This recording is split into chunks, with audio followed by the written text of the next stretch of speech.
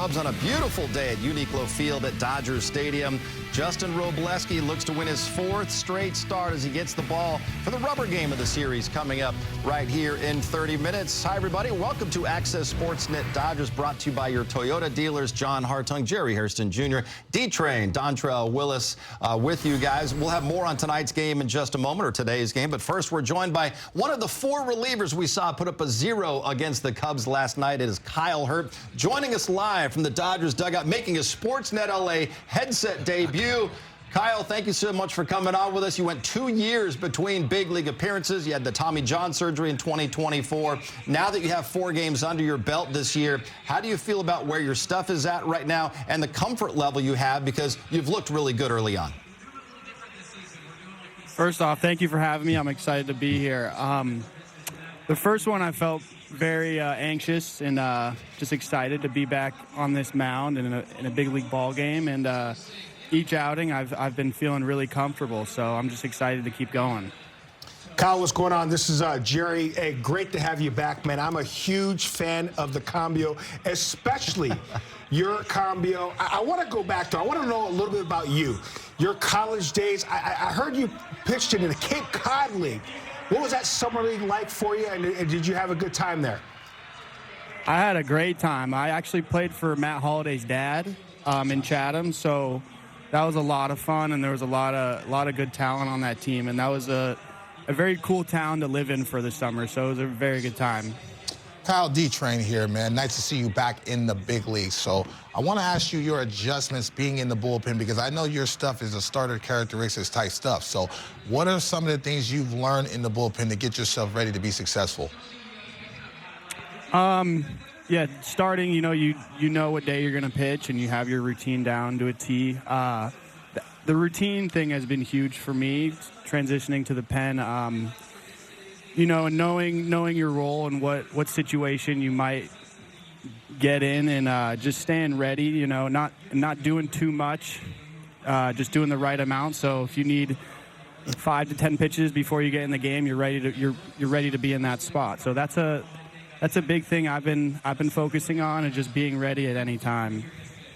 Kyle, we know that you went to USC, but you played your high school ball and you grew up in the San Diego area, similar to Tommy Edman, both of you guys over near that Torrey Pines, La Jolla area. So I wanted to ask you, what is it like for you if you're back in that area? Because Tommy has said that most of his friends are all Padres fans, even some of his family members. What is it like for you when you go back down there? Are people giving you a hard time about wearing the Dodger blue? What's it like? A lot of my friends are really proud of me. They're obviously all Padres fans, but whenever I'm out there, they're definitely Dodger fans. But I haven't been down to Petco yet as a Dodger, so I'm definitely super excited for that to happen. Kyle, you mentioned you played for Matt Holliday's brother, Josh Holliday. His dad. Or his dad, I'm sorry. Matt Yes. Holliday's dad.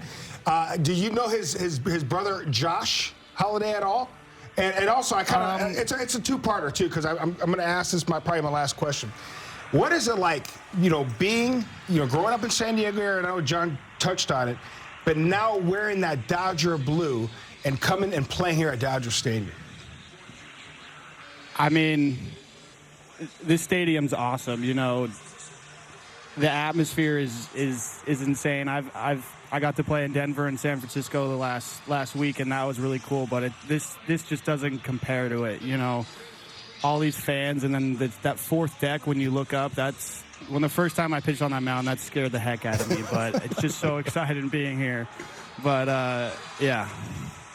I got a chance to see you throw in the minor leagues along with Robleski and Emmett Sheehan. How cool is that now to see you guys being really impactful in a big league uniform? Because I told you guys on the field, I know you thought Uncle D-Train was crazy, but I said that all you guys are big leaguers. And I know you remember that I told you all you guys are big leaguers. I got a chance to see you guys throw, and I said, that's big league stuff. How cool is it now to see all of you guys in a big league uniform being impactful? It's extremely cool. I do remember you saying that in 2022 spring training, 23 spring training, you would always give me a hard time, and that was fun. But it is a lot of fun.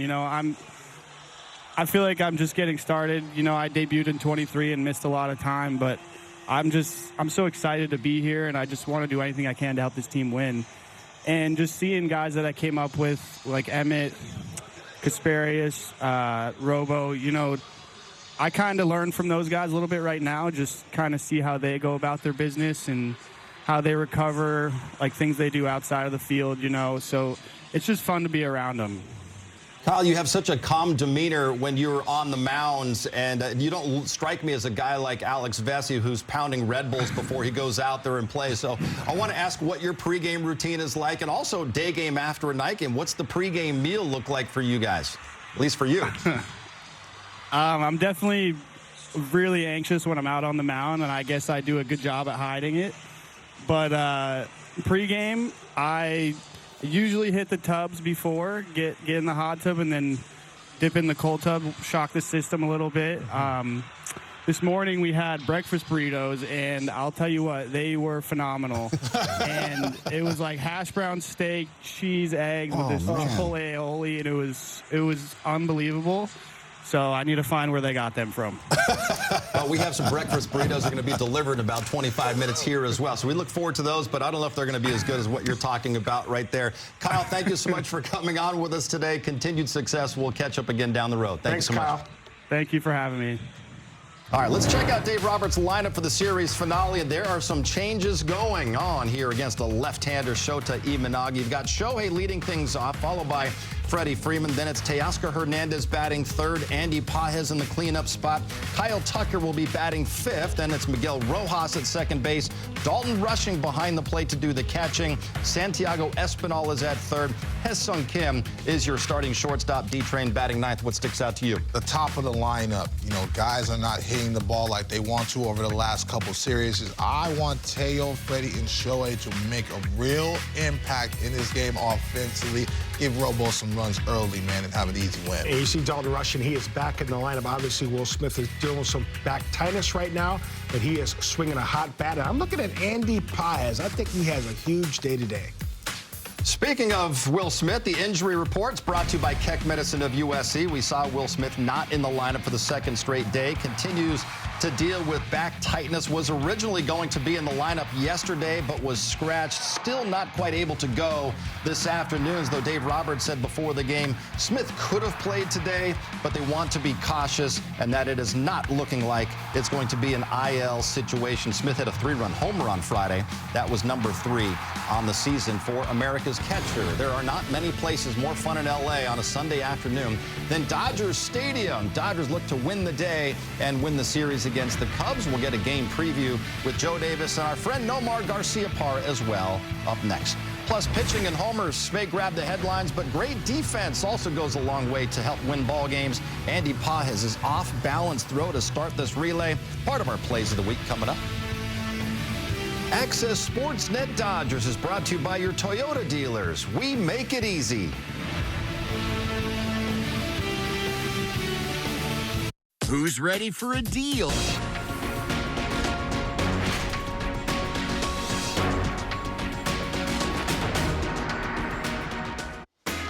Here's what's coming up this week on the Dodgers calendar. Tomorrow night, D-Train's old team. The Marlins will be in town to begin a 3-game set on Japanese Heritage Night. Tuesday is Women's Night. Wednesday, series finale. It's a noon start. That'll wrap up 13 games in 13 days. Dodgers off Thursday before they head to St. Louis to play 3 next weekend with the Cardinals. Next Saturday's game will be on Fox. The rest of them right here on SportsNet LA. After averaging 2 runs a game since they got to San Francisco on Tuesday, Dodgers bats finally broke out last night. They put up a dozen. Hopefully they left some runs for today's series finale, and Justin Robleski, who goes for his 4th straight win. Joe Davis and Nomar Garciaparra will have the call today. Right now, they join us live from the booth with a preview. Hi there, Joe.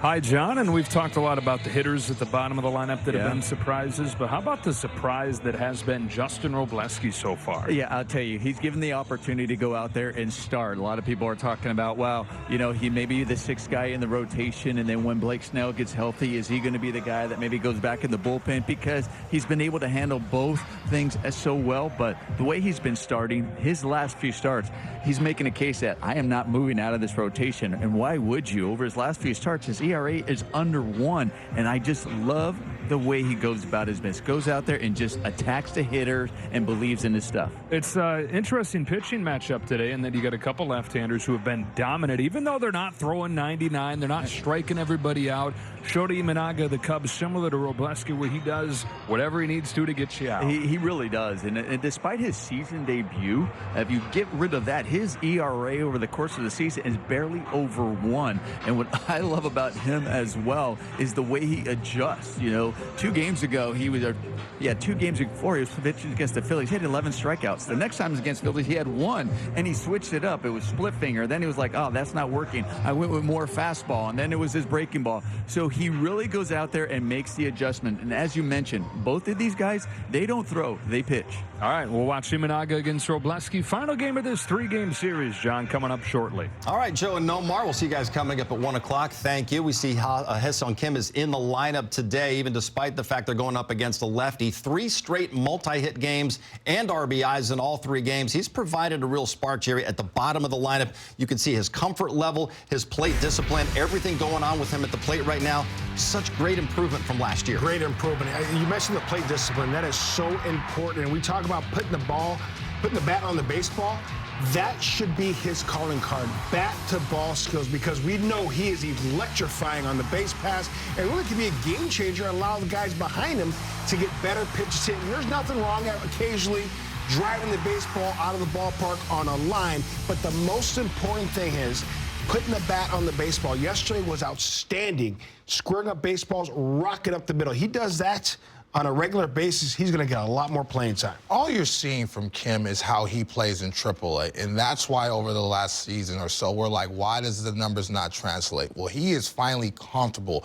Defensively is added confidence offensively. You see defensively, it doesn't matter if he's in the outfield or at the shortstop position. Over the last couple of days, you've seen he's an elite defender. That gives you a boatload of confidence to go out there and impact the ball game. Now, the way he's covering the baseball, I love what JR says, the bat-to-ball skills is there, especially in a timely fashion. You need those type of RBIs in the bottom of the zone. Also, being able to show the ability to flip over the lineup to Shohei and some of the bigger hitters. But he's playing with a ton of confidence. He's having fun. This is the Kim we know and love. So it's going to be tough to see him go down in the farm once again because he's earned a spot. And his teammates love him as well, the infectious energy he brings each and every day. We told you earlier that Will Smith is sitting out for the 2nd straight game. With an update on America's catcher, Dave Roberts is our Dodger voice, brought to you by Morongo Casino Resort and Spa.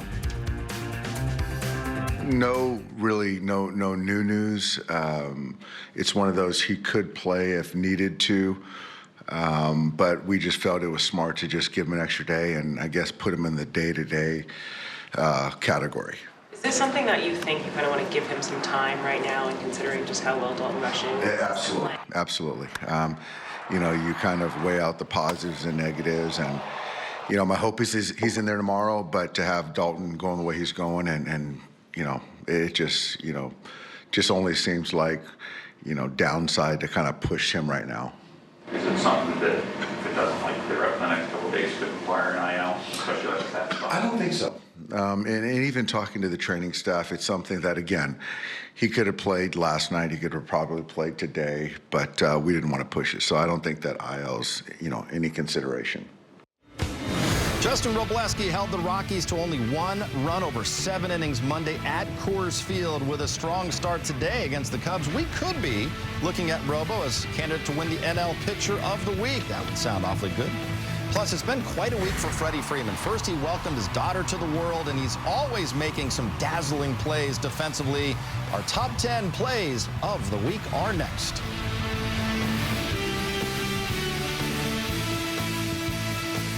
They honored on the 50th anniversary of him saving that flag right there from being burned by a couple people in center field at the Ravine. What a great memory. I love talking to Mr. Monday.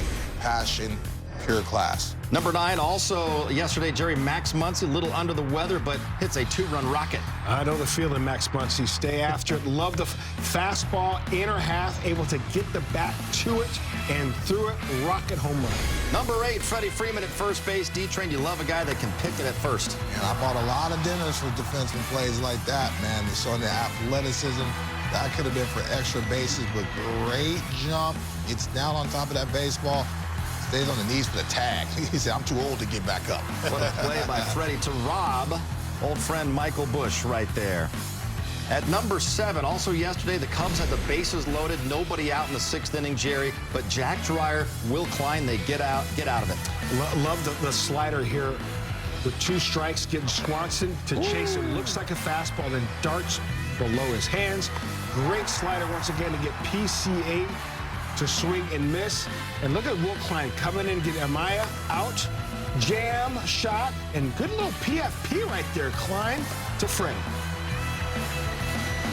At number 6, D-Train, you were on the call Friday for this. Moises Ballesteros to the gap in left center. This relay is a thing of beauty. Might have been one of the better plays I've ever seen in baseball. Andy Pages on one leg fires a sidearm strike, and then Hassan Kim, athletic throw. You can do this 100 times. The result will be different 99 times. This is baseball and defense at its finest. Love seeing the athleticism from this team. Both of these teams can defend at a high level. That's why they're quality baseball teams. But that was a really cool play to see live. That was so much fun to watch. At number 5, Shohei continuing his dominance on the mound, Jerry. Against the Giants, 6 shutout innings, had 7 strikeouts. I'm going to tell you what, he is a complete pitcher. He's got 2 or 3 different shapes to his curveball, 2 or 3 different shapes to his sweeper, that running fastball. He'll change his delivery at times to kind of fool the hitter a little bit. This guy's on a mission on the mound. 0.38 ERA. Crazy. Number 4, back to Friday. Train, you were on the call once again to see Andy Pages throw out Michael Bush. Michael, you've seen my movies. You've seen this movie. I love that he got behind the baseball.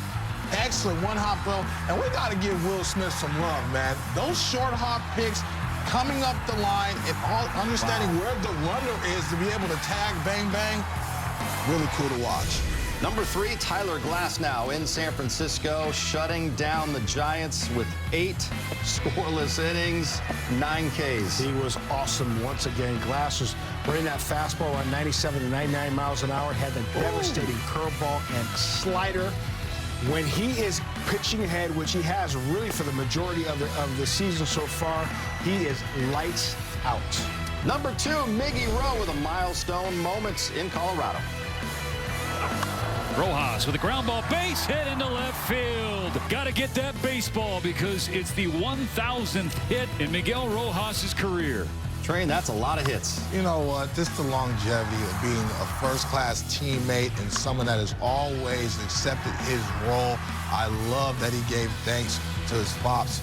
God rest his soul, but Miggy Rowe's one of the best teammates ever. Number 1, Jerry, it's Max Muncy in Colorado on Monday. He went 4 for 4 with 2 homers. He has been locked in. Talking about a guy that wants to hit around 300 or 300 this season.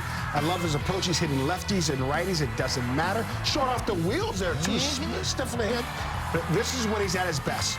Going the other way on a line with power. Max Muncy doing his thing. Certainly was. Those were the top 10 plays of the week. As right now, it's time to call your shot. Brought to you by your Toyota dealers. D-Train, you are a Marlins legend, a World Series hero over there. And since the Dodgers play the Marlins the next few days, you will not be here. We're still going to give you the honors. You know what? I appreciate that, JH. I'm going to go with my main man, Shohei Ohtani. And I know he has struggled against Imanaga, but he's going to break out today. I talked about the top of the lineup doing some damage. He's got to be one of them. I'm going with the kid that has really been the MVP of this team so far this season. I'm going with center fielder, MV Pages. He's going to have an MVP performance today with the glove and bat. I like that. You go back to Game 7 of the World Series. Dave Roberts thought about pinch hitting Alex Call from Miguel Rojas. Said, you know, I'm going to go with my gut. I'm going with my gut today. I just have a feeling Miguel Rojas is going to do something big today for the Dodgers in the series finale against the Cubs. And producer Eric, the producer pick of the day, is taking Teoscar Hernandez, 3 for 6 lifetime against Shota Imanaga. It is a tough matchup for the Dodgers today. Justin Robleski taking the mound for the series finale. It's the Dodgers and the Cubbies coming up.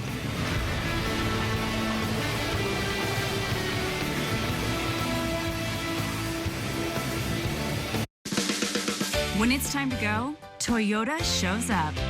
always connected and in control. 4 runs to the Nationals in his first start of the year. He's posted a 1.13 ERA over his last 4 starts. He's allowed only 9 hits in 24 innings, Jerry. He has been dominant for the Cubs. He's a strike thrower. He rides that fastball up.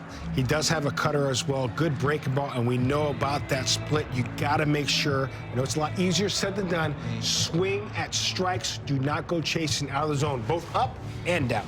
In Managa, the opponents are hitting 147, that's 6th base in all of baseball. So they really have to focus on their bats. And if they get in hitter-friendly counts, single out that fastball, do not miss it. Is he throwing a heavy ball right there? It looked like a softball right there. I thought he was getting ready to do some slow pitch softball. Especially with that split finger. He wants to make sure that that baseball feels small in his hand once he gets on the mound. I wonder what music he's listening to. I was going to say, I wonder what's on his playlist. Bon Jovi. You think so? My guess is Christopher Cross. It's my life, it is now or never. Easy. But it's still better than Jerry. Justin Robleski's going to try to pitch the Dodgers to a series win over the Cubs. He's won his last 3 starts with only 7 strikeouts. D-Train obviously not afraid to pitch to contact. How can he continue that role today against this Cubs lineup? I believe this Cubs lineup is going to be very aggressive against him and try to hit that fastball. That's going to play in his favor to be able to have the contact, keep that defense in it. Ground ball after ground ball, soft fly ball after soft fly ball. Also, do a good job of keeping this Cubs lineup in the yard, especially the left-handed power bats of Suzuki and company. Make sure they don't have chances to do damage, especially the way that Alex Bregman has looked at the plate over the last couple days. But you want them to be aggressive. That's the thing. And that's what you want Robleski to rely on as far as the Cubs being aggressive. So continue pitching to soft contact. What that means is making sure you keep the balls down, mix and match your pitches, and pitch with conviction. Get ahead. You don't want to be pitching to behind, especially against this lineup. Cubs came into this series the hottest team in baseball. They had won 9 in a row. It was 10 in a row after the Dodgers kind of let one get away Friday, Jerry, but a chance to win the series today over the Cubs. Cubs are a very good team. They're a playoff team, so hopefully the biggest thing is making sure you play your A game. We want to win today to set up maybe home field advantage in the future. All right, it's the Dodgers and the Cubs one more time from the Ravine. Let's send it out to downtown Los Angeles. Joe and Nomar have the call. See you in a bit. All right, boys, and how about this scene for today? A beautiful day for baseball at Dodger Stadium and what could be a playoff preview. The Dodgers and the Chicago Cubs in the series rubber match. We welcome you inside. Hope you're having a great Sunday. Joe Davis, Nomar Garcia-Parra. The Cubs took the first game on Friday night. Thrilling comeback win for Chicago, their 10th consecutive win.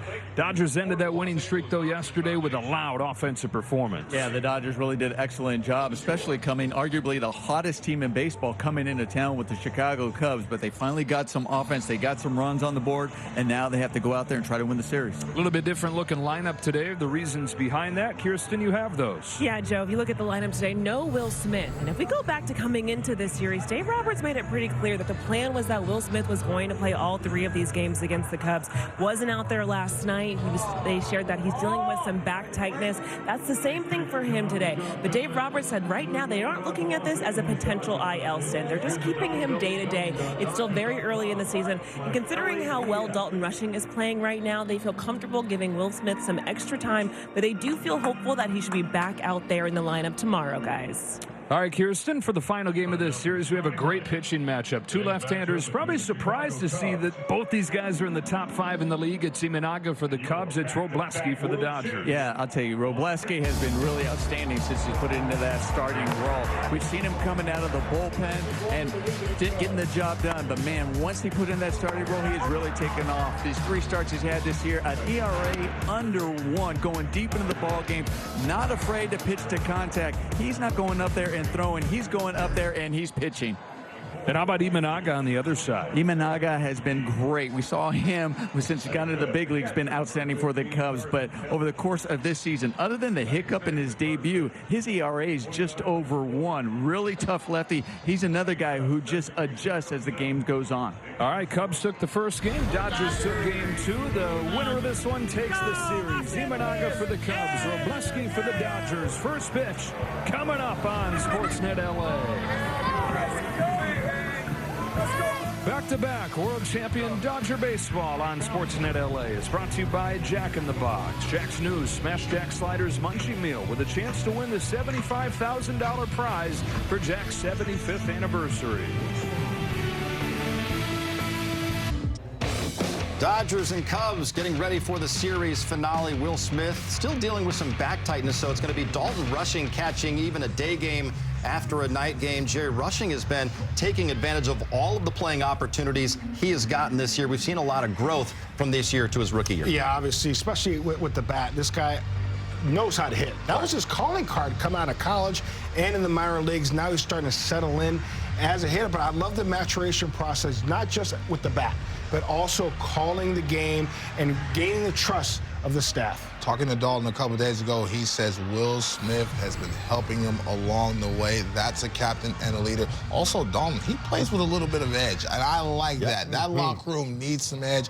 He looks like he's a 10-year veteran as far as his presence behind the plate and at the box as well. Jerry, we see some of the guys going through their final warm-ups. We've got 5 left-handed bats in the lineup today against a tough left-hander, Shota Imanaga. So how can they generate some offense in this game? I think the biggest thing is swing at strikes and be aggressive in the strike zone. And this guy knows how to put you away with a split or that riding fastball. Get something you can handle early in the at-bat, squared up. Be aggressive with that fastball, man. Do not let him get you to 2 strikes. He has too many options to put you away. Perfect day at Dodger Stadium for the series finale. Joe and Nomar have the call of first pitch next.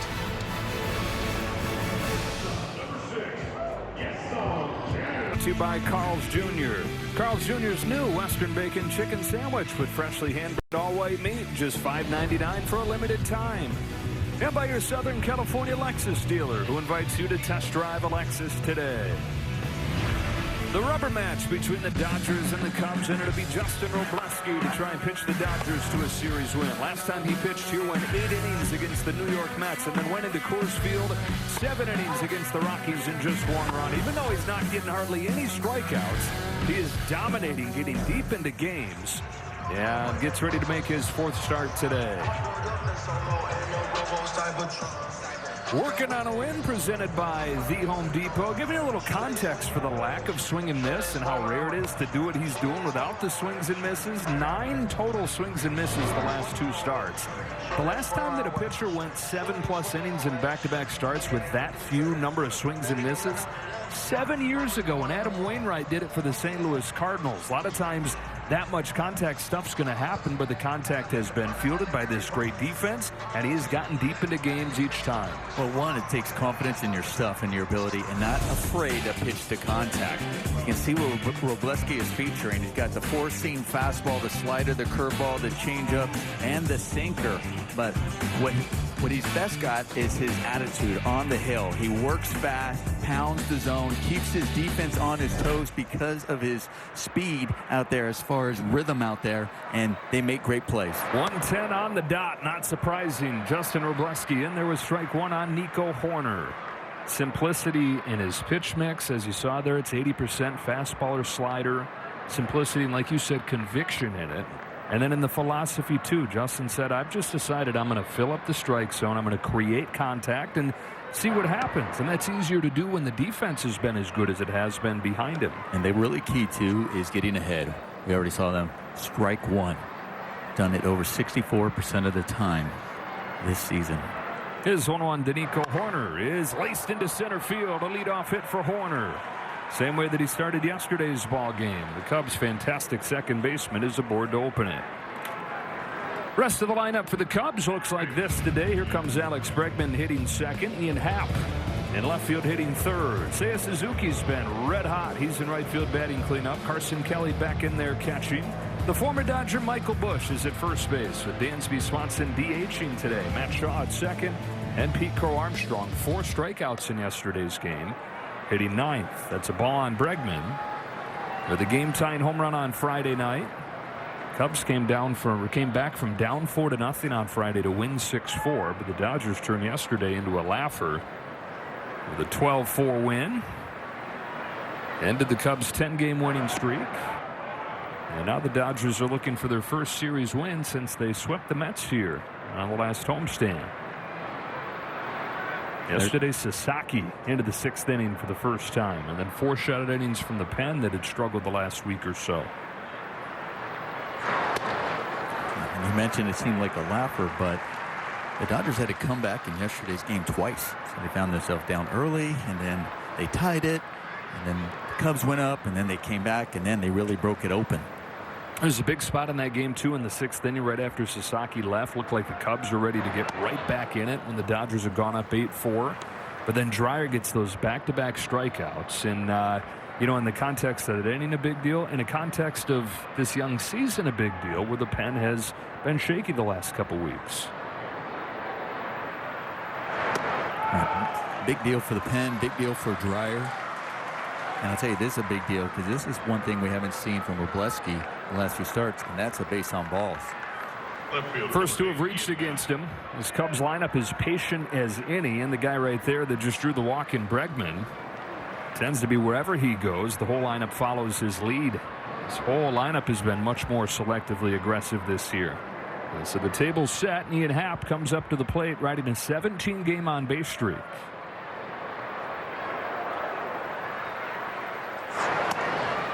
And Wroblewski's back in there with a slider for a strike.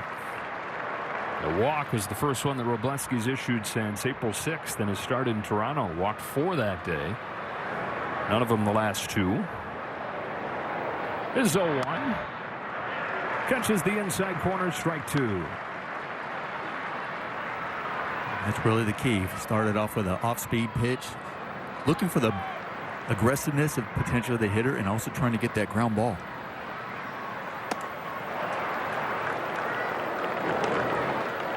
Wroblewski, 25 years of age. First 2 years going back and forth between the major leagues and the minor leagues, between the rotation and the bullpen. Strikes out Happ, getting him with a slider for the first out of the ball game. Well, he started off with a slider, getting the strike, getting ahead. Then he comes with the fastball, goes up, changes his eyesight, and then comes back with that slider. And that backdoor slider to get the swing and miss. If he and the Dodgers get 7 Ks in this game, everybody gets free Jumbo Jacks with the purchase of a large drink. Your best bets to get Jumbo Jacks are not necessarily when he pitches, given what we're talking about with the lack of strikeouts. But a promising start in that direction, getting a K of Happ. Downstairs for the breaking ball to Seiya Suzuki. I'm sure Dodgers fans can forego 1 Jumbo Jack as long as they get the W, and he goes out there and continues going 7 to 8 innings. 3 starts since moving into the rotation. He's won all 3 of them. Just 2 runs in his 20 innings. And against the Rockies in his last start, back-to-back doubles to start that game. Played to the Rockies run, didn't give anything up after that, going 7 full. 2-0 on Suzuki, 3 for 4 with a home run yesterday. 10 out of his last 20, 4 home runs. His Cubs lineup has averaged more than 7 runs per game over the last 11 games. This is the one that he hit yesterday to start the scoring against Sasaki. He has been swinging a hot bat. He got a ball that was up in the zone, and he took advantage of it. Now he finds himself in a 3-0 count. Final year of the contract that he signed coming out of Japan. When he's been healthy, he's been streaky, but you put it all together, and he's always right around the same place. All-star territory, up above 800 OPS. Great in his first trip to the postseason last year. Hit 3 home runs for the Cubs as they fell a game short of advancing to the championship series against LA. Part of that was that he got the DH last year. But with Tucker coming to the Dodgers, Suzuki playing more time in right field. So can he sustain it? Can he stay healthy? It's been a problem for him throughout his career. How about Wroblewski coming back from 3-0 to strike him out? And the first 2 outs of the game for him via the strikeout. That was such an impressive pitch right there on the inner part of the strike zone. I mean, just kept him off balance. He looked like he may have been looking for something else, but just dotting that fastball. Great job getting back into that count. And 4 hitters into this game, he is 1 strikeout shy of a season high. And an out away from getting out of this first inning unscathed. The catcher, Carson Kelly, takes a fastball inside, ball 1. Maybe he heard you talking about not getting a Jumbo Jack, and he said, I can feed the people, Joe. That's it. He's feeling a little hungry himself. Kelly had yesterday off, part of this catching duo for the Cubs with Miguel Amaya. Backdoor breaking pitch evens the count 1-1. Kelly, a veteran who started his career in St. Louis, then he went to Arizona in the Paul Goldschmidt trade. Never hit a ton there, but since going to the Cubs, he's quietly been one of the best offensive catchers in the league.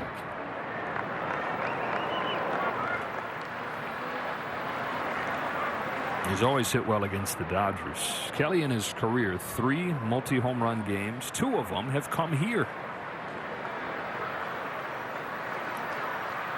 2 on, 2 out, 2-1. Ground ball to third. Espinal's got it. Across the diamond in time, and Robleski, after the first 2 reach against him, goes 1-2-3. On the dealers, and as Kirsten detailed for us, going to look a little bit different. Teoscar Hernandez up to hit third. Pages up to the cleanup spot, and Tucker down 1 more to hit 5th with the left-hander on the mound. Rojas starts at second. Back-to-back starts for Dalton Rushing at catcher. Espinal gets the start at the hot corner, and Ha-Seong Kim tries to continue his hot stretch as the 9-hitter and shortstop. Here's Shota Imanaga, 7 innings against the Phillies his last time. Back-to-back dominant starts against Philadelphia. You were talking about it during the pregame show. Totally different look to those 2 games, though. The first time he struck out 11. The next time he struck out just 1, but still 7 innings and only 1 run. Yeah, he really adapted after that first game against Philly. He had the split finger working, was getting a lot of swing and misses on that split finger. And then in the second game against Philly, he didn't throw much split fingers because he didn't have a feel for it. He was recognizing it was flat, so he really went after him with the fastball. Facing Ohtani to lead things off. And Ohtani pops it up. That'll reach the seats. 1 ball, 1 strike.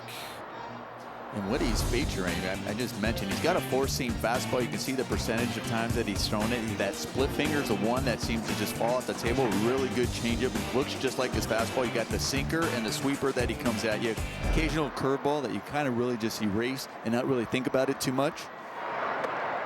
But the one thing is his fastball, not overpowering as far as looking on the radar gun is concerned, but it definitely plays higher than what the radar gun says because it seems to have some life on it and gets on hitters. You find a lot of guys on their fastball seem like they're late against it. Here's his 2-1 to Ohtani. He's just 5'10", and he puts really good spin on it. So you got that low release point and the illusion of the ball rising. A lot of times we used to call it heavy fastball, and a lot of times when you catch a guy with a heavy fastball, it looks like they're throwing feels like they're throwing a rock at you. Good breaking ball. Good spots. Both these pitchers, they pitch. They're not throwers. They're not going to be overpowering, but they're going to pick their spots. Here's a 3-1 fastball count, throwing you a good breaking ball in a good spot. Now a payoff. Ohtani takes a leadoff walk. So Shohei went into yesterday's game 0 for his last 12 and had a productive day, singling, walking twice, is aboard again here. And it brings up Freddie Freeman. Well, Freddie and Shohei happened to pull in at the same time before yesterday's game, and Freddie said to Shohei as they got out of their cars, "Can we please get some hits today?" And they each got 1 of them. Hold themselves to higher standards, though. And Freddie still trying to really get going, 1 for his last 9. Well, another big topic in our pregame show was talking about the bottom part of the lineup, how great the bottom part of the lineup has been all season. Best in all of baseball as far as numbers are concerned, and really outperforming the top. And we know the stars that are sitting on the top, so I'm sure they're probably going, yeah, can we catch up with those guys too? Outperforming and helping them win games when those stars aren't doing what you expect that they will and know that they will as the season goes on. But then you see like Andy Pages going into a slump recently. It shouldn't be as big of a deal as it feels like, and won't once these guys at the top are doing their thing. Well, I think when you look at yesterday's game, what I really like is see if he did go here, and they called the check swing that he did. But you had 10 different guys get at least 1 hit. You had 10 different guys who scored. You had 7 different guys driving in runs.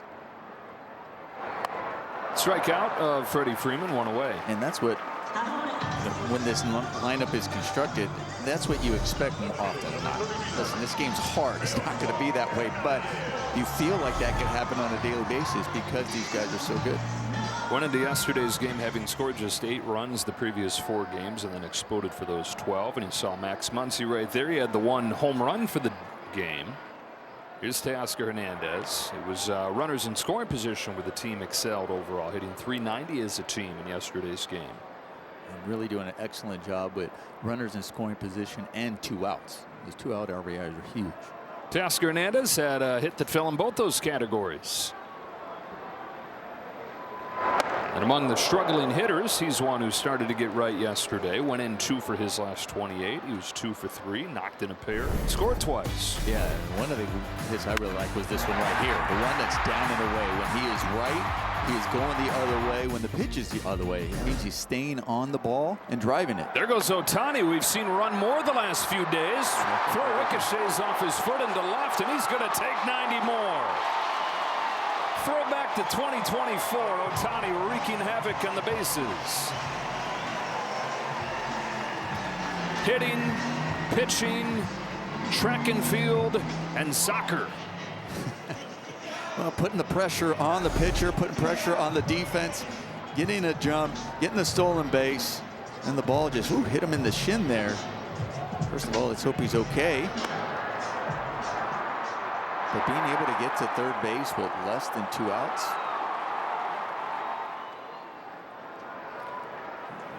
Joe, we were talking about the pitching matchup. We were talking about both these pitchers, how stingy they've been on with runs. Well, I think the managers may have felt this way, at least Counsell feels this way here. First inning, you have the infield in. Well, knowing the runs are going to be at a premium in this game. Right. 2-0 on Hernandez. Will find a way to get it in play here with Ohtani at third. Takes a splitter for a strike. It's 2-1.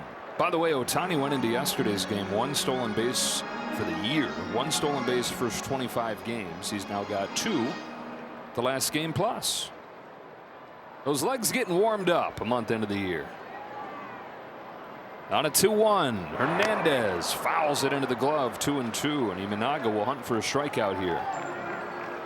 And you find yourself chasing at that pitch because that's exactly where you're actually looking for as a hitter. You're looking for a pitch up because you have the infield in. You're looking for a pitch that you can hit in the outfield, and sometimes you find yourself chasing, but at least you have the right approach.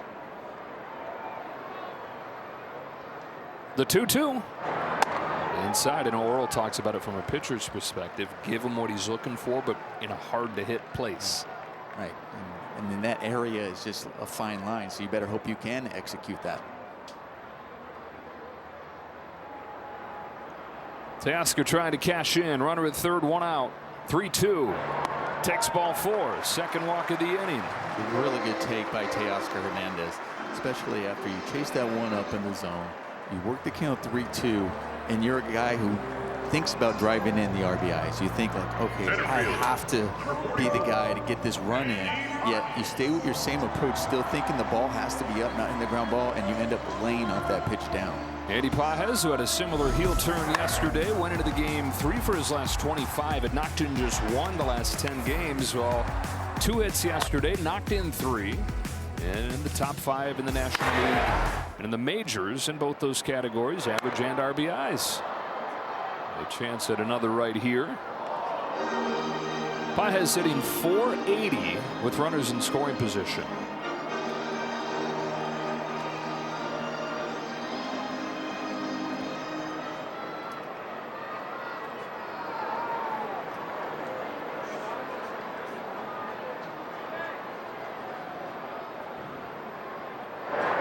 There have been some factions that have argued that that's completely circumstantial, but guys like you that played the game at a really high level in those situations for a long time argue that's crazy. No, it is. There's a different mindset when guys are in scoring position, and some guys who are really good and can handle it, sometimes others can't. So it's not just an assumption. You just assume, or you have more opportunities, or it's other circumstances that factor in. No, there is a mindset, there is an approach, there is an adjustment, there's all these things that there's just certain guys who just drive runners in on a consistent basis. And you were talking about Andy kind of going through a little bit of a slump prior to a couple of hits. Well, let me say, you're always going to go through slumps as a hitter.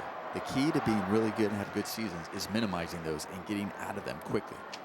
On a 2-1 pitch, digs it out, flies it the other way, and there's a guy who smelled an RBI. Ohtani comes in to score on a sacrifice fly from Pages. And I was going to say, Andy has definitely evolved into one of those guys. We saw it last year, and I know down the end in the postseason, he really had a struggling postseason. Beginning of the season, he really improved two-strike hitting. That's what we saw last year. Coming into this year, all of that's coming together. Good with 2 strikes, hitting for high average, and minimizing those times where you're struggling. Excellent at bat by Andy Pages to get a ball he can handle, get it in the air, and get in the sacrifice fly. You see the appreciation from his manager as well. Dodgers on the board first, taking advantage of these first inning walks and Ohtani's legs on the bases. And here's Kyle Tucker.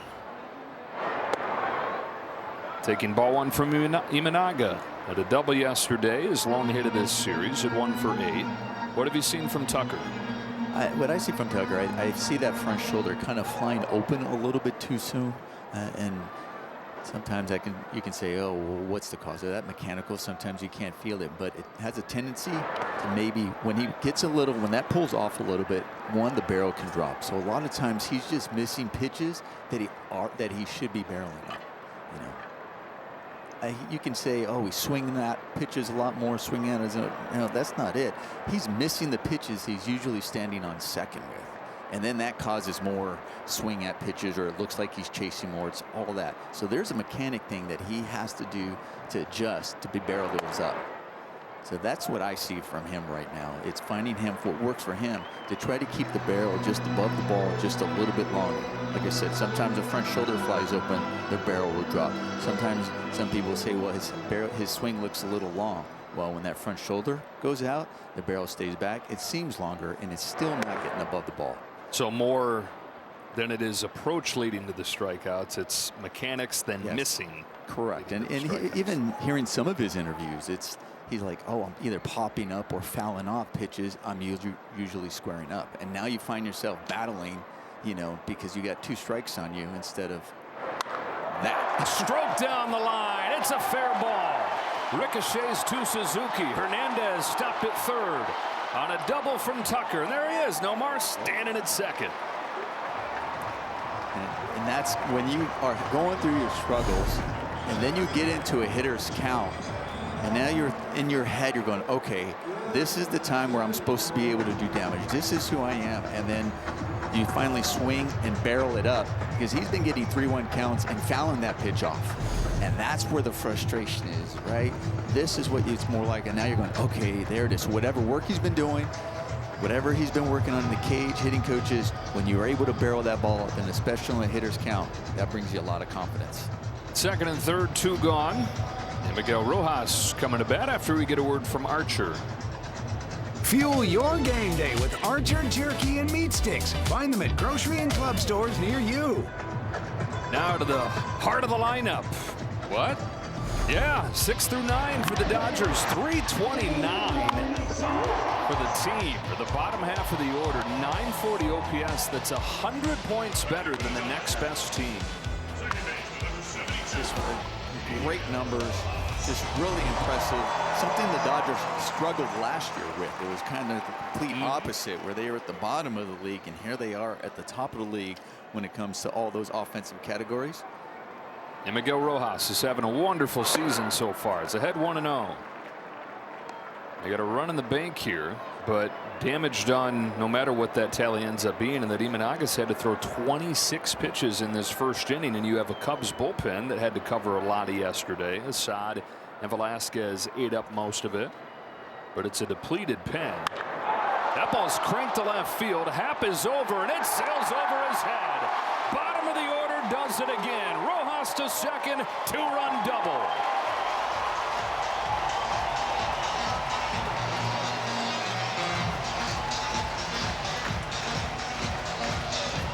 Joe, we were just talking about what they did so well yesterday. Runners in scoring position with 2 outs. And one thing Rojas has been doing great all season long, and that's hitting left-handed pitching.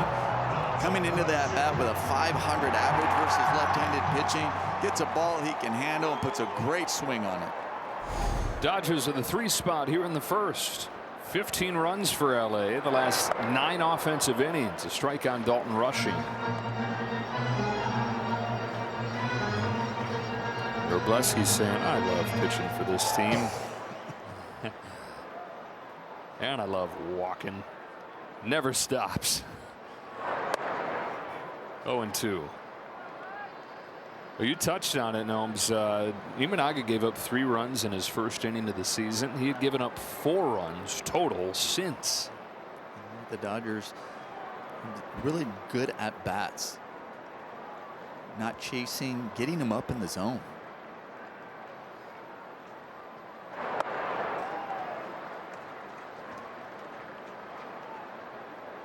32-year-old from Japan, 3rd season in the major leagues. He's dominant as a rookie. 15-3, sub-3 ERA, Cy Young votes. His 1-2 to rushing. This is away. Count evens 2-2. Last year he was that guy again for the first half, but then he injured his hamstring. You're thinking, okay, a pitcher shouldn't be a huge deal, but it kind of snowballed into his mechanics. Just did not feel right. His ERA was north of 5 in the second half. Feathers that one in there for strike 3, and the Dodgers finished in the first, but they get 3 runs. It's Miguel Rojas getting his first action of the weekend, knocking in 2.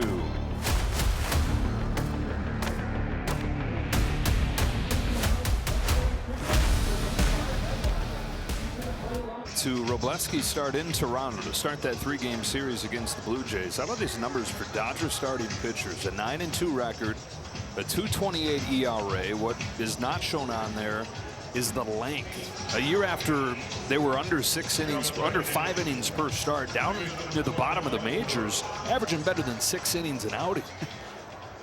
Well, what a difference a year makes, right? You know, last year, as you mentioned, starting pitcher, we were just talking earlier about the bottom part of the lineup last year had their struggles. Unbelievable this year. Starting pitching, unbelievable this year. Going deep into the games, see the numbers right there. Seems like they all just seem to be feeding off of each other. Michael Busch leading off this second for the Cubs, taking a strike from Robleski. Now shows bunt, takes a ball. And we talk about, you know, the Dodgers wanting to get more young players in the lineup to break through, and it's kind of a catch-22 because you got superstar after superstar. How do you show you can do it without getting the chance to do it? But we haven't talked as much about in the rotation and from a pitching perspective, guys coming up and breaking through. And to see Justin Robleski do this when he wasn't really somebody that was being talked about in that regard coming into the year, what a pleasant surprise. Yeah, he has been a pleasant surprise. Lash into left center field. That'll split the gap for Busch. Leadoff double for the former Dodger.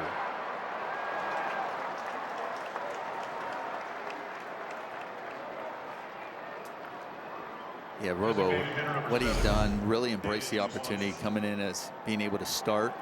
Been outstanding. Here he is. He just gets behind in the count. I think it's really the key there where Busch is just ready, looking for a pitch that he can drive. He does a good job staying on the ball and driving it in the gap.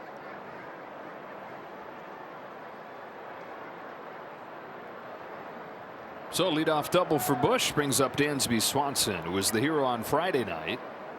Had a triple and then the game-winning home run in the 9th inning. He takes a strike over the inside corner. You know, for Robleski, when he first got up, he said, kind of over trying to prove himself and tweak this, tweak that, widen his arsenal. Part of his breakout has been just saying, okay, I'm going to be ready for whatever they ask me to do. I'm going to know exactly what makes me me. And I just go out there and kind of let it happen. Oftentimes we overthink things and think we have to do too much. Think we have to change when we get to the big league level. You don't change, you adjust. But it doesn't mean you change what got you here, because you don't make it to this level or they don't pull you up and just say, okay, we're going to take you to this level, but we want to change you. Change all the success you've had to get here. It's funny, I was talking to Justin about that, and he said it's like, of course we always want to improve. All of us are always going to be like that, but it's just a matter of realizing that that doesn't necessarily mean changing stuff. Improving doesn't mean changing. Here's this 1-2 to Swanson. Tell you one thing, though, what the Cubs have done already against Wroblewski. Coming into this game, in all of Robo's outings this year, only 5 leadoff batters have reached base tonight. Only 5. And here, they've gotten the first 2 leadoff batters on base. So it's been a relatively low stress 3-0 start to his time as a starter this year. Swanson goes around and he's got his 3rd strikeout out of the first 4 outs of this game. Who is this guy? Just kind of climbing the ladder. That's all he did right there. And Swanson swinging the bat really well this year, just upset with himself. 4 strikeouts away from Jumbo Jacks. Yeah, and 1 gone in this 2nd inning as Swanson's unable to advance the runner. Here's Matt Shaw. Slider to the inside corner for a strike. I say, who is this guy? I mean, it wouldn't be crazy to see him start striking people out again. He had an above average strikeout rate last year, granted mostly as a reliever where he's really pouring it out. But the strikeouts aren't because he's got a lack of good stuff. It's been more mentality. Here it is, not necessarily looking for the strikeout, not looking for the chase. He's in the strike zone more than any pitcher in baseball. And you'll take that. And the opposing batters know that. The opposing team knows, okay, this guy's going to throw strikes. That's part of your scouting reports, part of your hitters meeting. He's going to throw strikes. Be ready. But a lot of times you're going, where do I want to look for those strikes? What do I want to do damage in? Where's the area? What pitch? Maybe you're talking about pitches. And sometimes you're going, I don't want to be behind on this guy. So he becomes efficient because he's going to pound the zone and he's not afraid to pitch contact. Falling behind the 8-hitter Shaw, 3-1.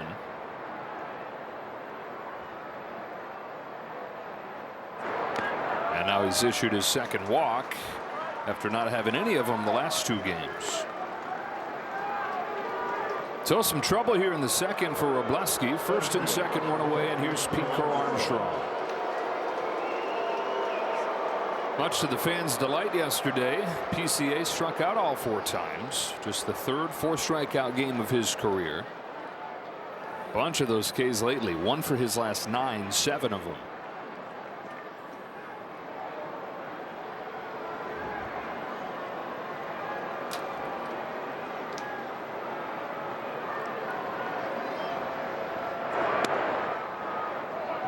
A little bit low, ball 1.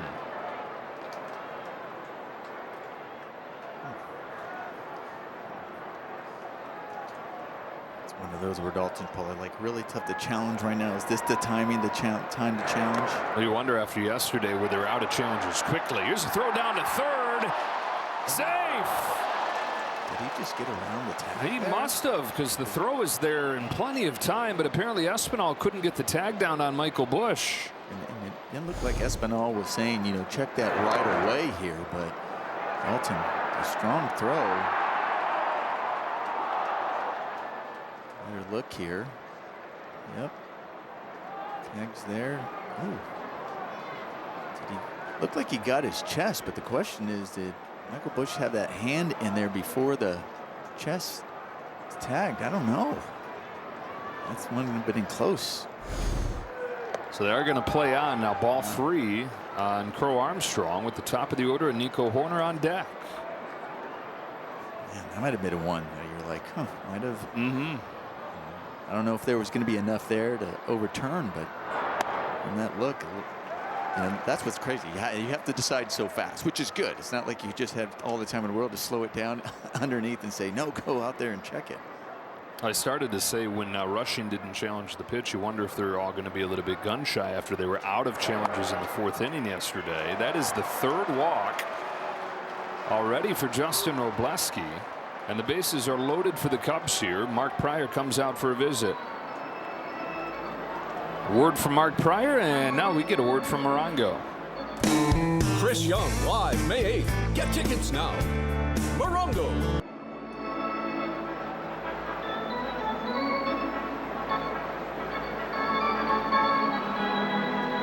Wroblewski 5 walks total his first 4 games. None of them the last 2 games. 3 in an inning plus here. Hopefully right now Pryor has the magic word and just reminding them about trusting your stuff, pounding the zone. And you got Rojas over there probably saying, listen, you got us behind you. Get us that ground ball. Let's get a double play, and let's help you out here. Nico Horner, one of the top hitters for average in the National League. He's 1 for 1 today. He's at .315 on the year. Dodgers up 3-0, but the Cubs have the bases loaded with 1 out. First one from Robleski. Misses inside, ball 1. Robleski for the season, one of the top strike throwers in the National League, but struggling to be at 50% today. 2-0. And the Cubs are the kind of lineup where if you are not pounding the strike zone, they're not going to help you out. They've only swung 8 times. They continue to wait, and he continues to search. Yep.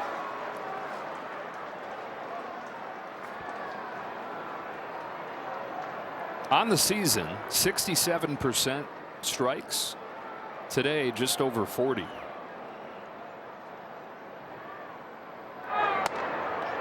Strike 1.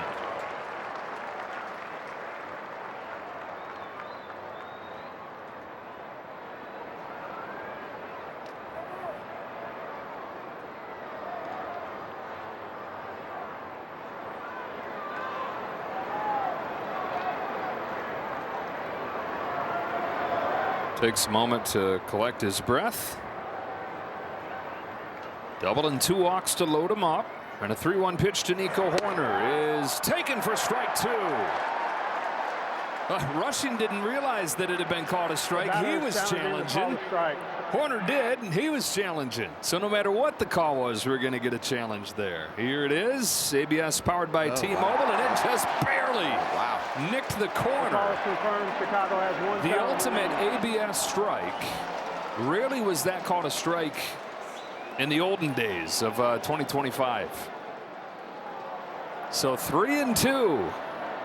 Here it comes. So if they both challenge, I'm just trying to think how that goes. They both challenge. No.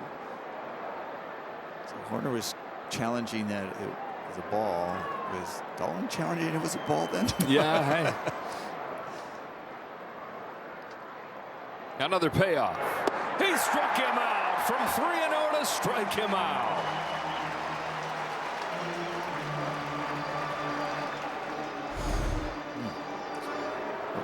Comes back at it with the fastball on the inner half. Then he gets the call that barely catches the strike zone, and then just climbs the ladder with that one to get the swing and miss.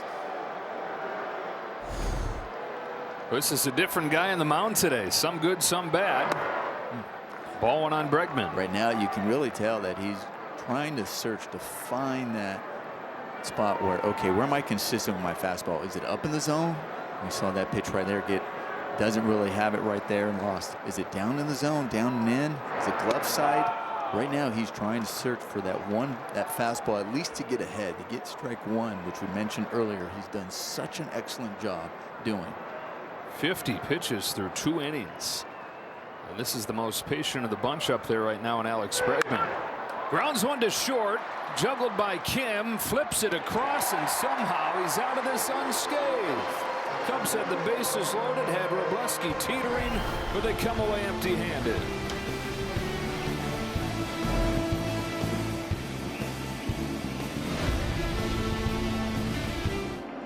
Wore their new gold jerseys and caps, commemorating their World Series win last fall. Head to MLBshop.com to score the same ones. Plus, check out the largest selection of authentic gear from all MLB clubs.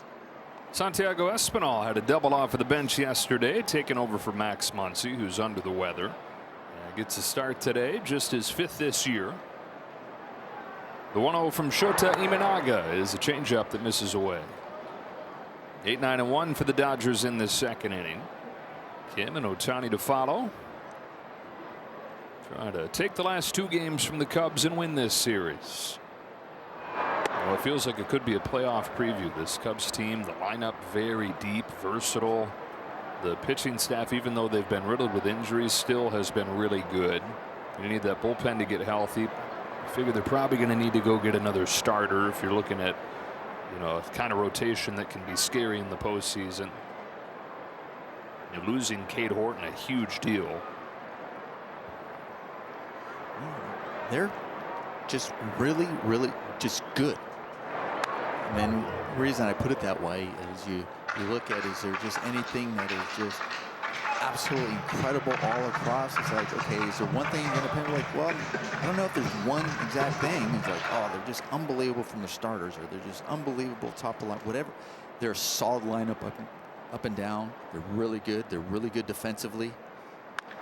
Espinal back to Imanaga. Wouldn't you say, Nomar, if there is one thing where they are great, it is the defense, and that's the thing that's easiest to take for granted? No, absolutely. Yeah, no, they catch the ball. They don't give you free outs.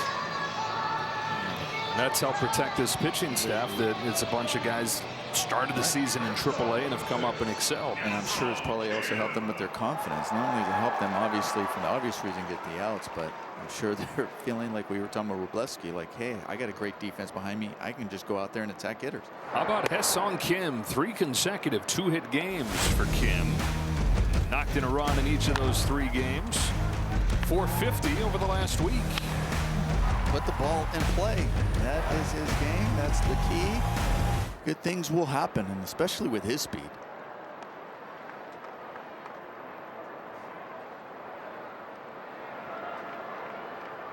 Swings look nice and easy the last couple of days. 2 strikes on him, shortened up. Pepper and line drives. Thank you. Yeah. Catcher didn't challenge.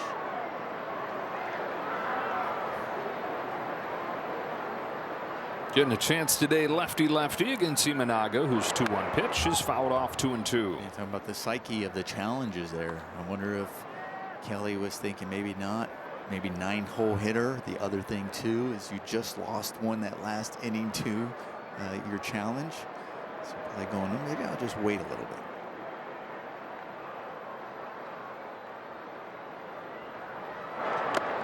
Down on strikes. Imanaga's second.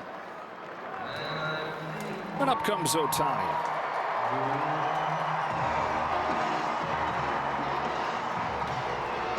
Started things for the Dodgers with a walk. Stole second, took third on an error on that play. And came in to score their first run. 1 for 10 against his old Team Japan teammate.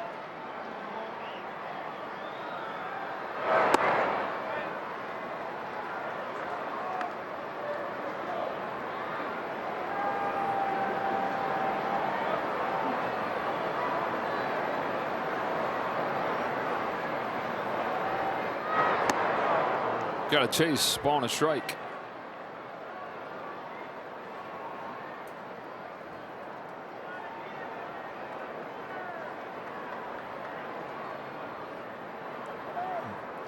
For me, when I see Shohei, what really, the times that he is struggling, the times he's not Shohei-esque, is really when his front shoulder and his hips are going out together.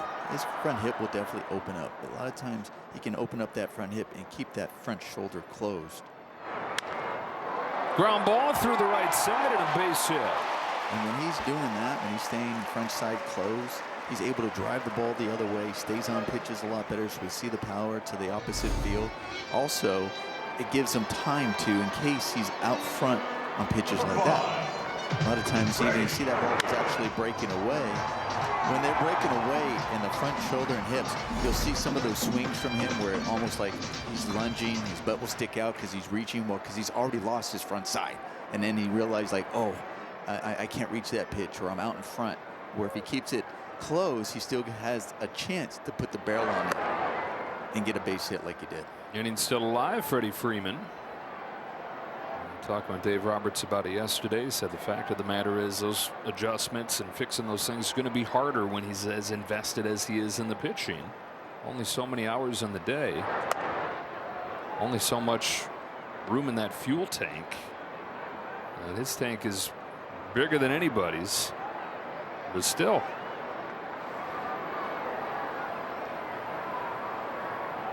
Got a good lead. Imanaga stares him down, fires home, swing and a miss, strike 2. And I've already seen him steal a base, and it was an important stolen base because it really got that inning going, and for them to score runs, put pressure on Imanaga, the defense.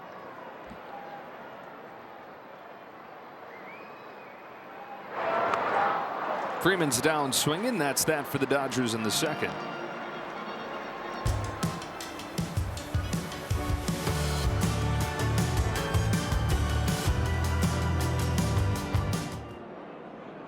SportsNet LA is brought to you by your local Kia dealers. Go to kia.com to discover movement that inspires.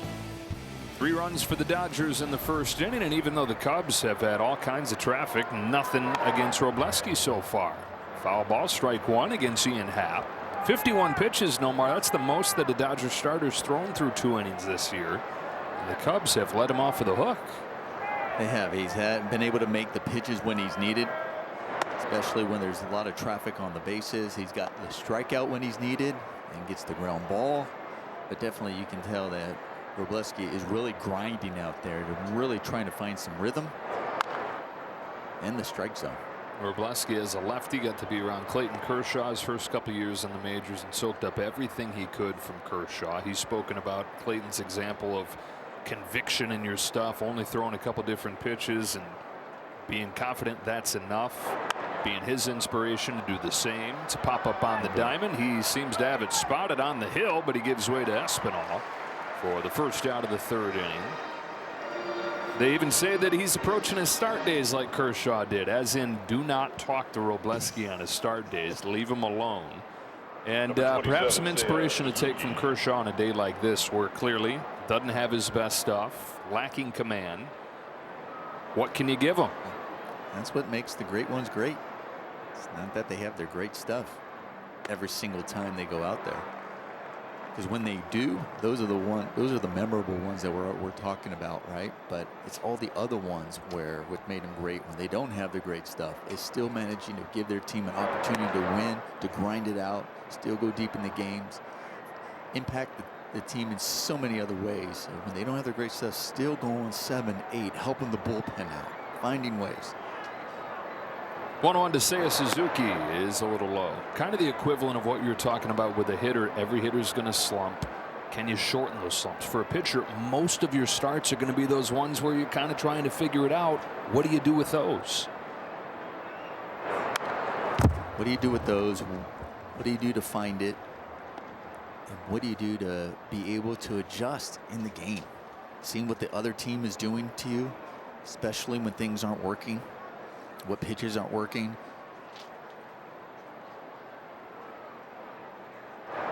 Strikes out Suzuki.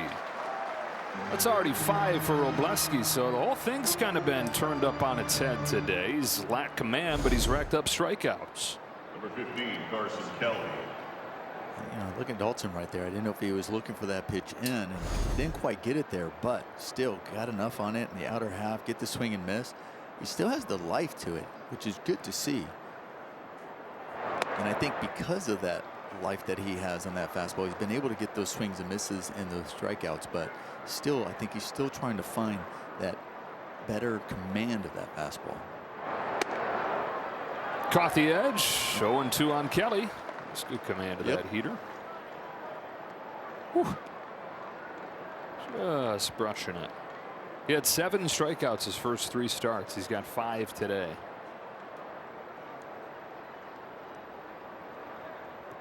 Looking for a quick inning. Tapper. Espinal has one chance. It's with a bare hand. But he's safe at first. Give it all he had right there. Freeman unable to scoop it, and even if he had, was going to be bang bang. And so that with 2 out. I saw that coming, especially the second hop right off of the bat when it hit the grass. The ball just kind of lost some momentum going down the line, and I knew Espinal's only chance was barehanded, which is just a tough play, but a great play, great effort there, and even to get it accurately over to first base. And I know Freddie did everything he could to try to dig that out. So still no clean innings today for Robleski. Bush sends a fly ball to center field. This time, though, it takes just one more pitch. Pages puts it away and sends us to the last of the 3rd.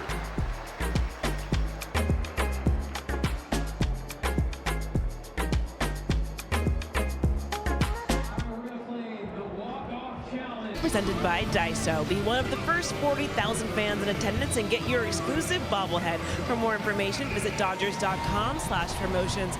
And for Blake Snell, he's continuing to work his way back after dealing with that shoulder inflammation. He has said that he's in a really good spot. He started his rehab assignment actually earlier this week, so should be going through his second outing this upcoming week and just continuing to build up. Dave Roberts said the floor is 5 innings, 75 pitches for him, but he's continued to say his shoulder's in a good spot and he's ready to get going, guys. All right, Kirsten, and so the starting pitching staff, it's been awesome, set to get even stronger with Snell's upcoming return.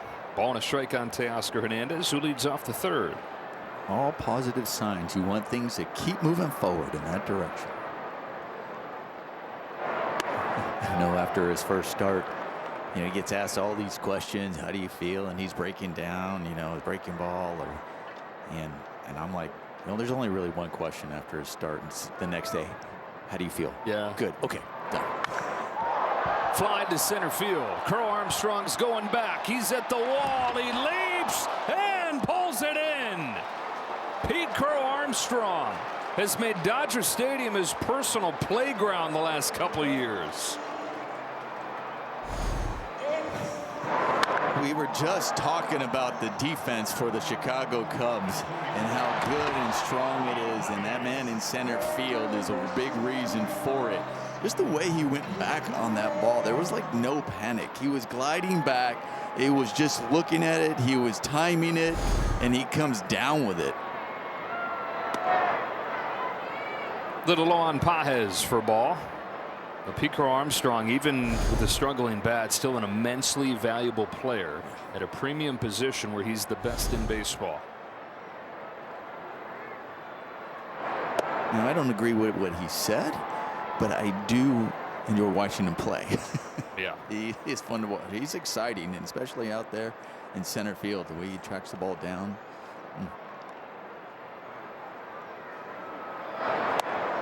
1-2 on Pages. Who's put the pedal to the metal in his own game in center field. With the bat getting better, but the defense has continued to get better too, where he's graded out as the number 2 center fielder in baseball behind Pete Crow Armstrong. 1-2.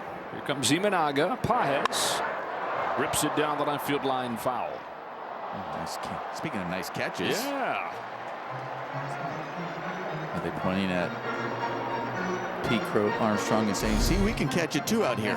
Nice catch. Not only just for the souvenir, but also saving somebody. That was coming in hot. Pages swings and misses, strike 3. Strikeout number 4 for Imanaga. 2 up and 2 down in this third inning. Sometimes you tip your hat to the pitcher, where that was just a really well-located breaking ball right underneath the hands.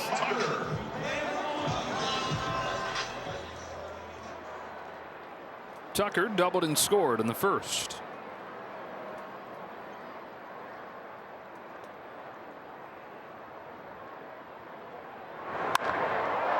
Sends a fly ball to center field. PCA again going back. This time he can make an easy play to end the third. The first clean inning of the game for either side.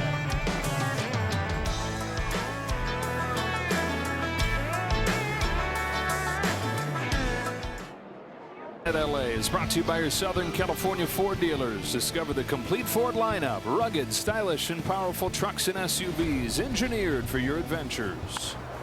Dansby Swanson chopping the first pitch of the fourth down to Santiago Espinal. Justin Robleski will take as much of that early contact as he can get. He'll take that one. Go out there, early swinging, quick outs. That wasn't an easy play down the line. Espinal coming in, especially coming off the bench, not playing a whole lot. Did a good job getting to that ball, thrown across. A couple impressive plays. I know the throw died a little bit on that bare hand attempt that he made last inning, but nifty nonetheless. Strike on Matt Shaw.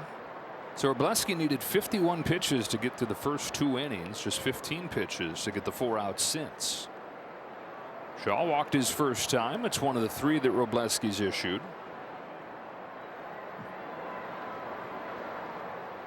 Shaw, the former first-round pick, grounds it foul, strike 2. First-round pick and opening day third baseman last year. Struggled early, much better in the second half.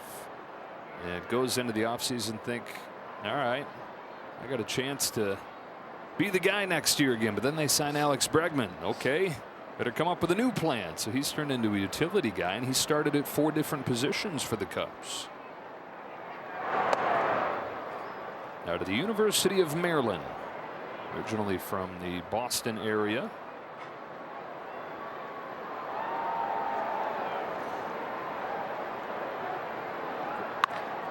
Digs it out, sends it to right center field. Tucker with a sliding catch.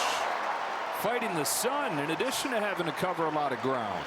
Yeah, not an easy play. Obviously where it was hit, how much ground he had to cover. But as you mentioned, Joe, over there, day game right field, that sun. I wonder if that was also an influence on him trying to get in a certain angle as he's sliding to kind of avoid the sun and see the ball. But nonetheless, great athletic play, fine play out there by Tucker.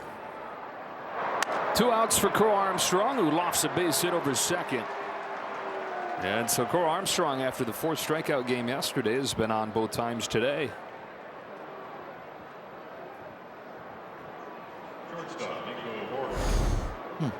Early swinging, another first pitch swinging. And breaks the bat, goes down to Hero, but your robo, you're like, that's fine. Got 2 outs. Continue pounding the zone. Still looking for that first 1-2-3 inning today. Back to the top and Horner pounds the zone with a fastball. Here he is now. The first 2 innings with that first pitch strike, he was just 5 for 11 hitters that he faced, and since then he's been 8 for 8. Wow. That'll change the temperature. Yep. Smack to right. Routine for Tucker. And Justin Robleski with 4 scoreless innings.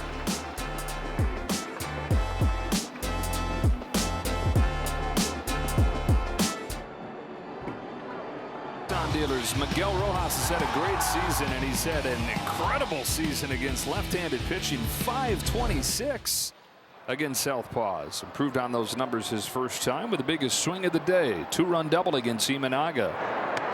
Imanaga starts him with a slow curve that wrapped around the plate. Ball 1. This has been obviously a tough year for Miguel, losing his father a few weeks ago. I was talking with him about that the other day, and he said, I'm glad that I have baseball. I'm glad that I have my teammates. Spend a lot of the time during the day thinking about Dad, but he said, I come to the park and gives me something to look forward to. Lifts a fly ball to left field, hooked it off the end of the barrel a little bit. And Happ will make the catch for the first out. He said he went into this year knowing that it was going to be his last year, saying, okay, this year I'm just going to have fun, throw my hands up and go through the journey, whatever. And he said, I've realized I'm just not like that. I'm too competitive. I love this game too much where I'm always going to be intense. And, you know, that's a blessing and a curse. It's a blessing in that it's given him that thing to put his focus into as he's struggling with the real life stuff. And now the passing of his father, and come here, obsess over this, and have it be that source of joy. Rushing.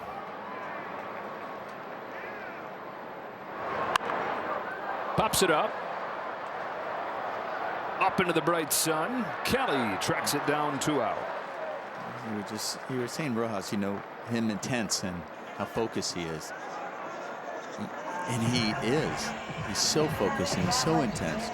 But what's amazing about Miguel Rojas, it's not always just on him. He's also very focused on his teammates as far as what else they're doing and how I can help them. And so that's also another thing. It's one thing to be, you can be focused on yourself, and then obviously with the losses and the heartache you're taking.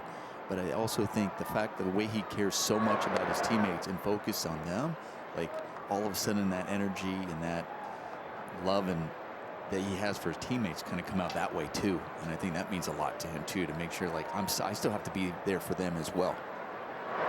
Can that make it easier when you're going through tough times, your own swing, your own slumps? Yeah, sometimes it can, because you're looking at them, you're trying to help them. And also I think the role, though, might have been a little different when he was maybe playing more every single day, and having to, and then especially when he was in Florida, where he was leader every single day on him, compared to when you take a role back where you maybe not every single day. We're like, okay, I had that time to maybe see things when I'm not playing. 2-2 on Espinal. Maybe a different perspective from the sideline when I'm not playing, so I can see what's going on with my teammates and stuff. But at the same time, it just, to be able to be there, because this is your second family. I mean, as much time as you spent with your team over the course of a season, they are your family you turn to.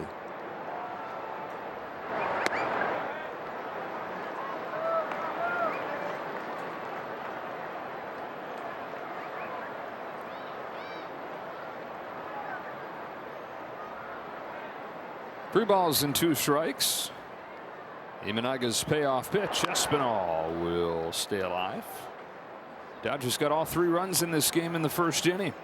Sacrifice fly from Andy Pages, a double from Miguel Rojas. Cubs stranded 5 over the first 2. They've stranded 7 total, and still nothing. Another 3-2. Santiago Espinal.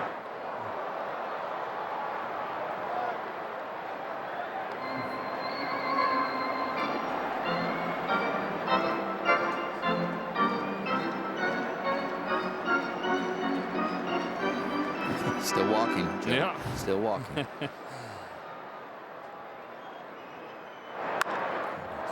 Fly ball driven the other way. Suzuki back a few steps and make the catch, and into 1-2-3-4 for Imanaga, who's retired 7 straight.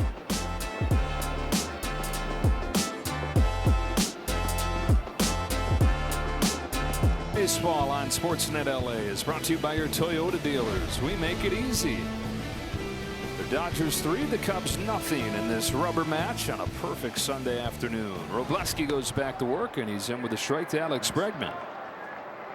Strike 1 has helped him settle into this game. Really has.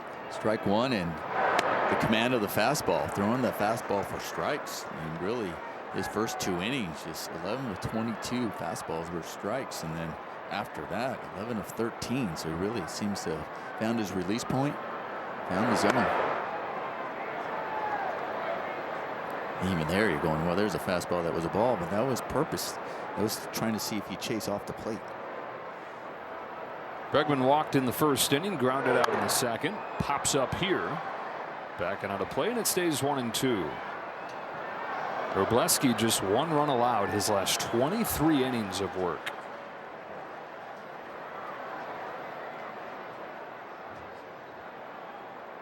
Trying to go to 4-0 since moving into the rotation, and this is 4th start.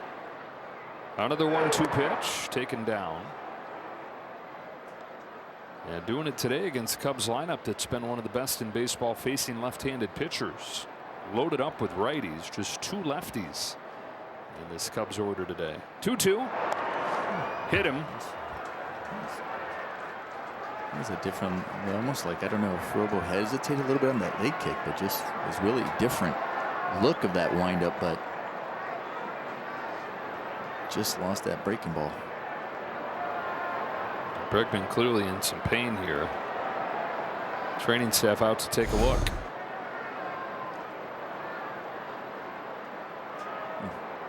Right on his toe. The one part where the shin guard is not covering every time.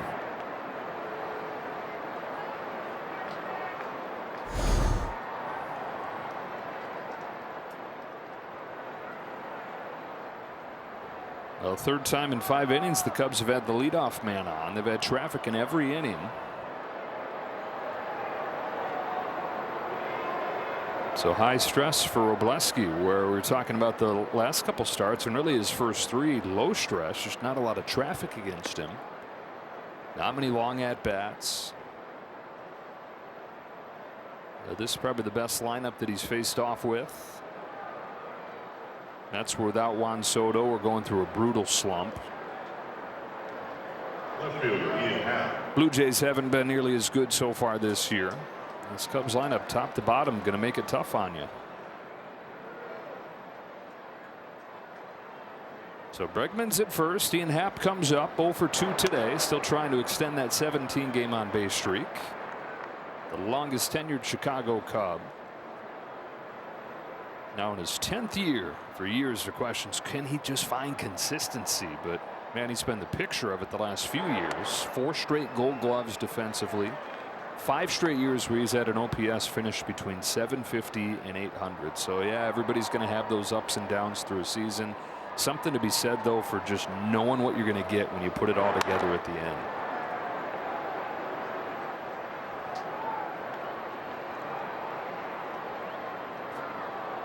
He was a first-round draft pick. Anytime a guy gets drafted up there, there's big expectations that come with it. Star expectations. Broke in, did some good things as a rookie. Up and down from there, though. And it's one of those things where now a decade into his career, you look and it's like, let's appreciate this guy. You get 10 years in the big leagues. That's huge. Not everybody's going to be a perennial all-star, but perennial Gold Glover and high 700 OPS guy, you'll take it. Pages in center puts him away. He's 0 for 3 in this one. It's really amazing when you just look at how many big leaguers there have been overall. You would think, gosh, over all the years, like it's astronomical number. It's really not big. It can fill a basketball arena when you really think about it. And then if you fill it up the arena with all the players, and then you start going, okay, those who have 10 years, or more, stick around. That arena unloads really quick because there's not very many that have had 10 years or more, and that 10 years is huge for a baseball player.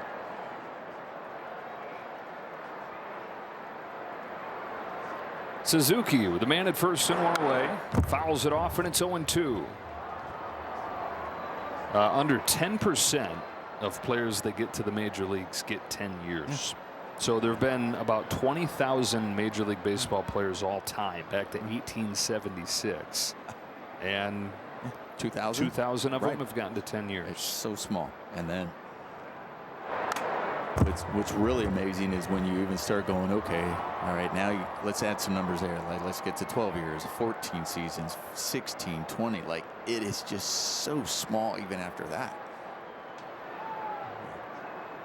It's pretty fascinating.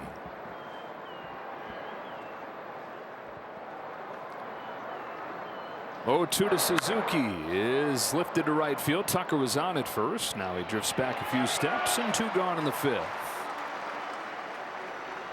And now a quick word from Jack in the Box. Get my new Smash Jack Sliders Munchie Meal for a chance to win $75,000. Welcome to Jack in the Box. Dodgers 3, Cubs nothing. Edgardo Enriquez has started to loosen in the Dodger bullpen.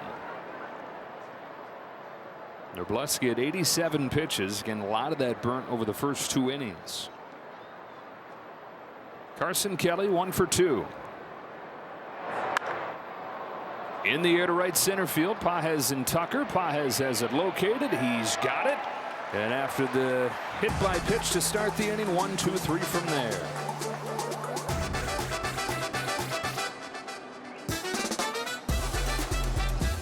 Offense this year, the bottom of the order has been one of the very big themes, and even last night the numbers, they accounted for half of the runs scored against the Cubs. Today Miguel Rojas continuing to get things going to the bottom of the order, but Dave Roberts today, when he was asked about them, what he's been seeing from these guys, he said there's an argument that you could say that the bottom of the order is taking better at bats than the top of the order. Yes, the top of the order is still looking to get things going, but he has said what he's really seeing is not only the quality of them, but they're not throwing anything away. They're creating different opportunities, getting on base, putting a little bit more pressure and position for the guys at the top of the order to find ways to get things going. So Dave said he's been really pleased. He even added that you could potentially argue that the bottom of the order is exceeding expectations that compared to the top of the order, maybe not individually, but definitely for the organization, guys. And nobody hotter the last few days than the guy leading off this 5th, and Ha-Seong Kim, who struck out his first time today, but has had 3 straight multi-hit ball games. 1-1 from Imanaga is a breaker that's lifted down the right field line and foul. It's the production, and then Dave Roberts was talking to him the other day about Kim, and he said it's just a shot of joy and fun that he's brought to what is a pretty serious veteran-laden clubhouse. And Dave was saying the way that the pieces of this team are fitting He said he gets chills thinking about how much he's enjoying this group. Well, he's managed a bunch of 100-win teams. He's managed 3 World Championship teams. He said something about the way that these guys are all fitting together, where you've got the established veterans who are going to be future Hall of Famers that we've talked about. You got the established veterans who have accepted smaller roles. You think about Miguel Rojas or an Alex Call. And then young guys like this making names for themselves and injecting some of that youth. Strike 3's in the dirt. Kelly down to first to get Kim. I think also what gets lost from last year, the bottom part of the lineup struggled earlier in the year. We mentioned that earlier in this game. And obviously this year is so much different as far as the production, as Kirsten just mentioned. But when it started to turn around last year, as far as the bottom part, there were 2 guys who were the big reason for that. One, Andy Baez, and then the other one was Kim. When Kim got called up, and he was down there in the bottom part, he was doing a good job turning the lineup over. And not only that, he brought a different dynamic too, because when he got on base, with his speed, pitchers, the defense had to start thinking about them. Also potential more mistakes to a guy like Shohei. So I like what he brings when he's out there. There's a shot and a base hit for Ohtani. Ohtani's been on all 3 times. Tries to make this a double and does. So he's reached base 6 times the last 2 days. 2 for 2 in this game. Well, coming in to this game, just 1 for 10 versus Imanaga. But now here he is, already been on base 3 times. Couple of base hits there. Good job staying closed on that breaking ball enough to drive it down the line. And then thinking double right out of the box, getting himself into scoring position. For Freddie Freeman. Went into yesterday without a strikeout over his last 7 games, but he's got 4 of them the last 2 days.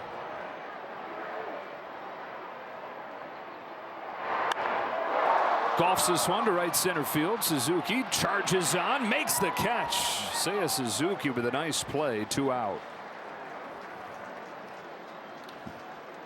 You have a couple of Ks on the day, and then you get a ball that you know you can handle, but you don't quite barrel it up. And then as you're going down the line, there's part of you that's kind of begging, going, please fall in, and then you see a sliding catch. Nice play out there in right field, just robbing them hit. Up to Tasker Hernandez with 2 gone here in the 5th. Off the end, shadow left, Happ coming on. He's got it, and that's the inning. Dodgers unable to take advantage of the double from Ohtani. Robleski looks like he's headed back out there for the 6th.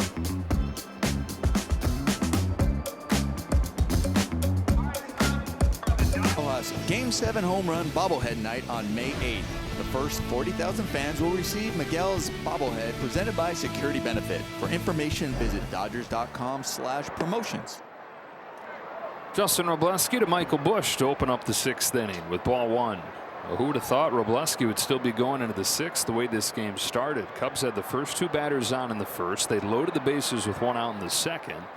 And he needed 51 pitches to get through those first 2 innings. We got a challenge coming here from Dalton Rushing. The catcher is challenging to call the ball. He looked pretty good. Not a bad challenge here, hopefully. Looked like it was a strike. Oh, my goodness, just missed. ABS powered by T-Mobile. 2 balls and no strikes. Edgardo Enriquez has continued to loosen. This is the bottom part of the Cubs order right here. Swanson, Shaw, and Pete Crow Armstrong follow. That one looked pretty good too, but you can't do it back-to-back pitches after you get it wrong. Yep, see that one. That would have been right. And that is a leadoff walk to Busch, and just nothing has been easy today for Robleski.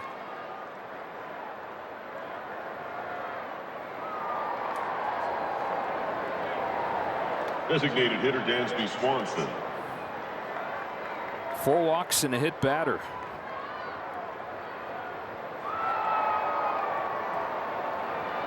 His 4 walks tie a career high for Robleski. Starts Swanson with a strike. Tied with his game in Toronto. First start that he made. Hadn't had any of the last 2. Swanson today is 0 for 2.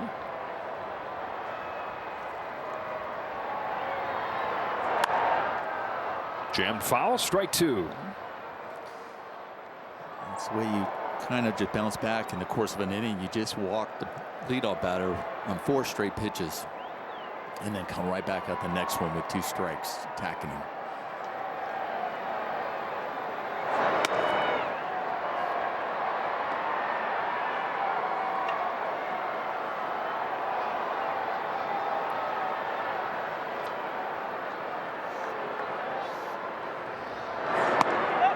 Two and 2. Next pitch will tie his season high. Tell you what, look at that. He is right on the corners there. And it's like after you miss one, right, for Dalton, it's hard to be able to challenge that one. Like if that one, if he had gotten it right, you know, we're seeing a couple of these pitches, I think we would have seen Dalton maybe challenge more. But momentum in that part of the game, huh? Yeah, it's just. Bush at first with the leadoff walk. 2-2 again to Swanson, taken downstairs for ball 3. And it's also saying they're not getting called. It's one, we see the ABS and like, oh, you could have challenged, but also just not called in general. Like those looked like pretty good pitches on the corner. Here's Wroblewski's 3-2 and tied him up. Strike 3. Same way he ended up getting them to swing and miss on a ball up his first at bat to get Swanson striking out. And there you can see him early in his head going after this again, trying to hold up, and you just can't. Fastball's up and you're getting close to your eyes. They look so much bigger as a hitter. Shaw swings and misses, and so while Wroblewski's had way more walks than we're used to seeing, he's also got 6 Ks in this game and had 7 total his first 3 starts. He's reached 100 pitches for the first time this year. Here he comes with an 0-1 to Shaw. Outside with a slider.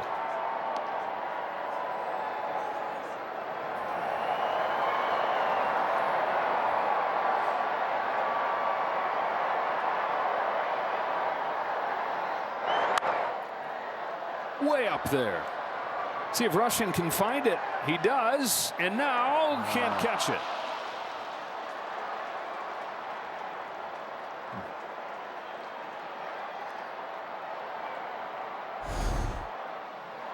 This was one. I mean, this was high up there, and you can tell he was trying to block the sun, trying to see it.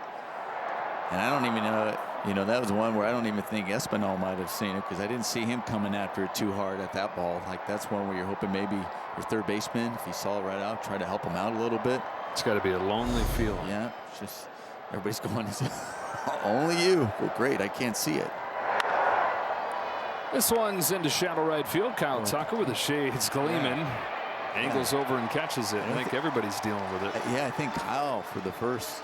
I think Kyle didn't see that right away, because it looked like he moved to his left and then to his right as it was coming down. Like, oh boy, here it is.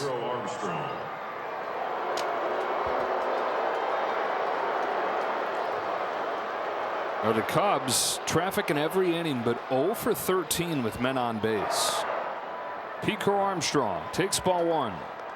He's reached both times out of the 9 spot. A walk in the second, a single in the 4th.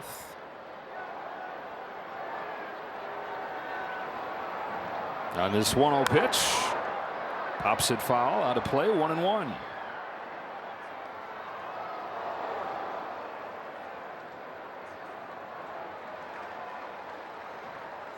Wroblewski trying to finish off a hard-fought 6 innings.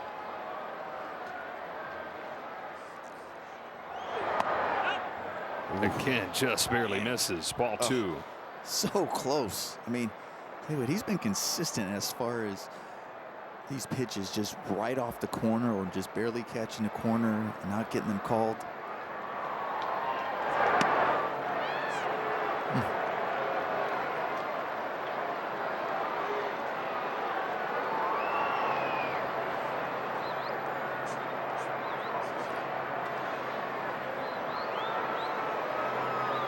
3-1.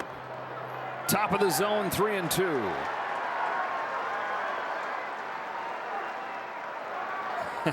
everything within an inch. Yeah.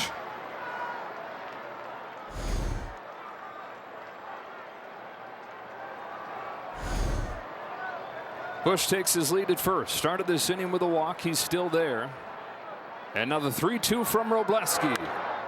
Sky high, right side. This won't be easy. Nothing is today. Freddie Freeman, he's got it. And how about Justin Robleski? Fights his way through not just 6 innings, but 6 scoreless.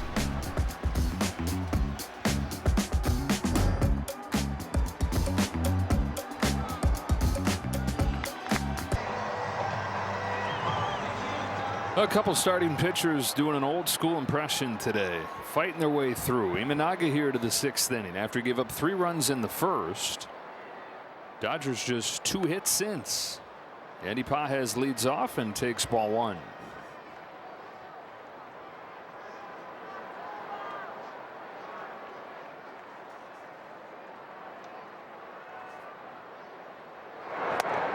Pages brought in the first of those runs in the first inning with a sacrifice fly, and is also struck out.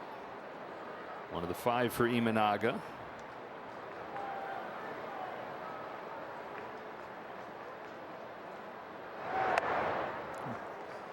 Two good split fingers back to back.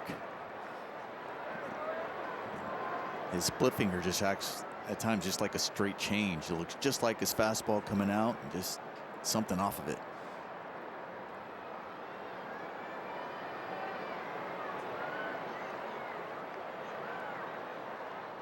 Here's his 1-2. Pages gets a 3rd consecutive splitter and is able to foul it off. And the one that had the most movement on it, he still manages to foul off. He's thinking he's not going to throw me a 3rd.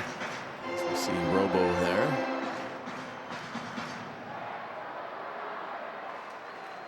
Curve and 3 straight splitters. Let's see what he gives him on this 1-2. Fastball very high. Count evens 2-2 on Pages.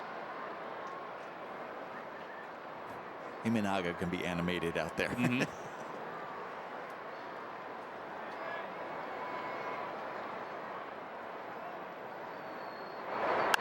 Backdoor breaking pitch, swatted into right, base hit for Pages.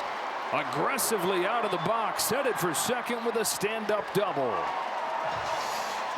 Great job by Andy Pages.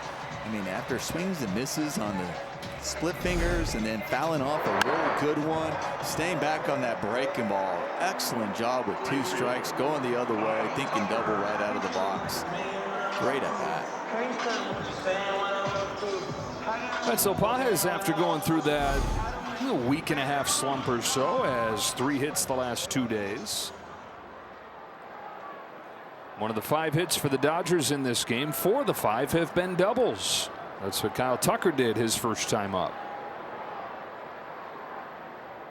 First one from Imanaga. Poked down the left field line, foul.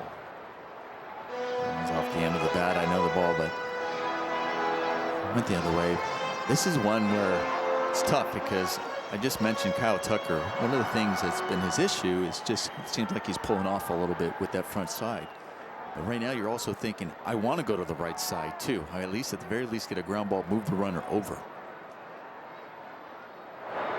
So Imanaga's going to try to go away so he doesn't do that. But you're also going, okay.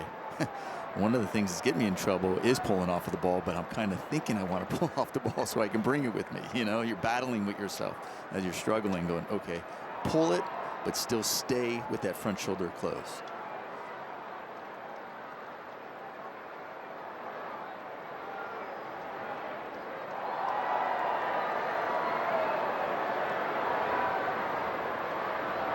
On a 1-1, Tucker watches it spin low and away. Ball 2. Cubs bullpen is quiet as Imanaga reaches 90 pitches here in his 6th start of the year. 2 of the top starting pitchers in the National League this year. Imanaga came in with a 2.17 ERA.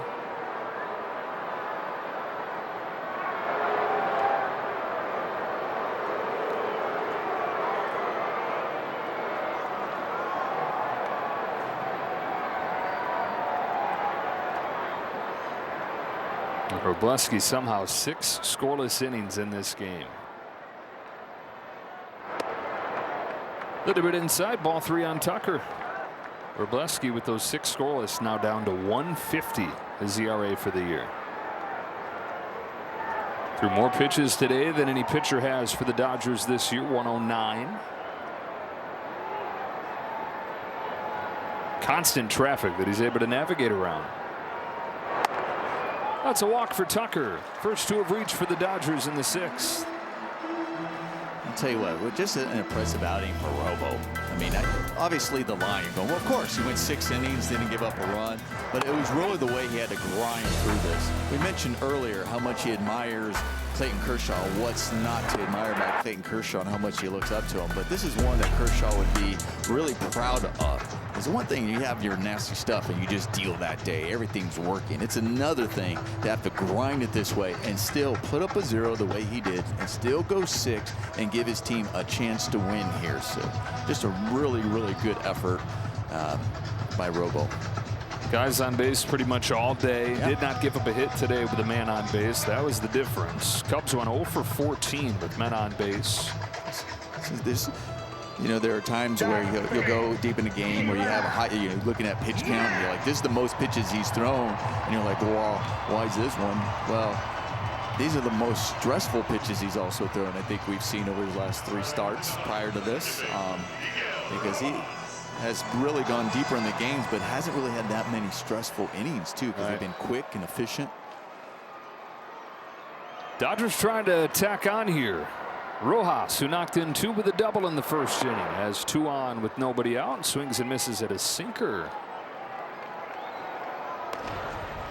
The left-hander gets ready. That's Hobie Milner.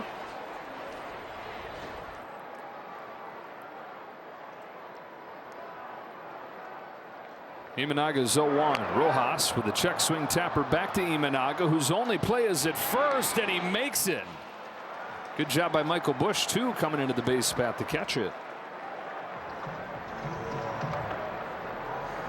Really good play by Imanaga, but I'll tell you, if you're Miguel Rojas, you don't mind this here, because you're like, okay, I gave a little tapper, but at the very least I was able to move the 2 guys over in the scoring position, get a guy over to third base with less than 2 outs.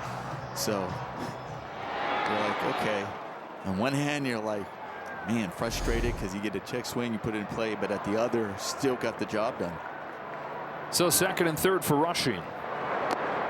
Rushing's 0 for 2 today. After he singled, walked, knocked in a run, and scored a run yesterday. That averaged at .378 for the 2nd-year catcher. Back-to-back starts with Will Smith's back a little bit tight.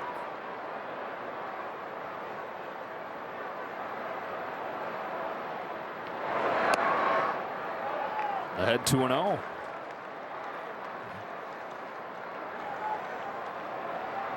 Don't get too big. Stay within yourself. Look for that ball a little up in the zone. Against a drawn-in infield. Holes get a little bit bigger. That was the one, huh?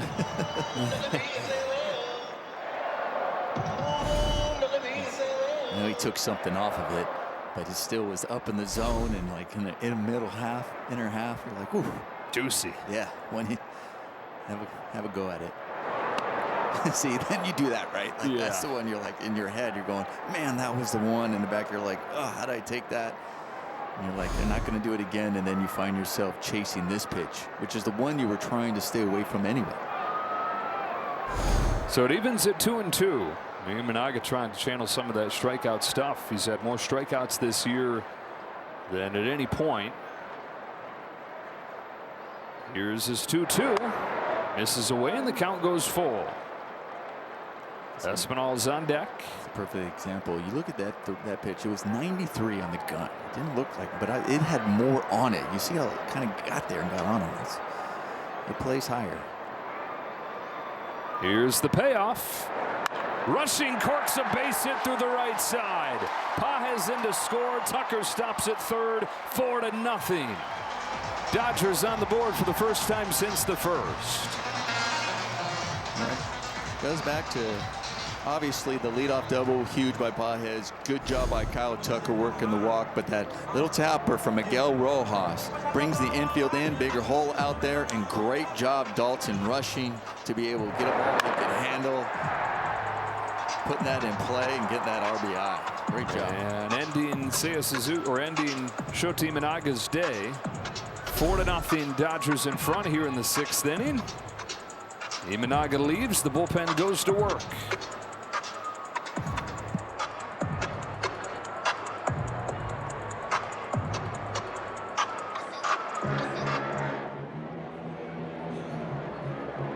Package and get your exclusive quarter zip sweater presented by UCLA Health. For tickets, visit Dodgers.com/promotions.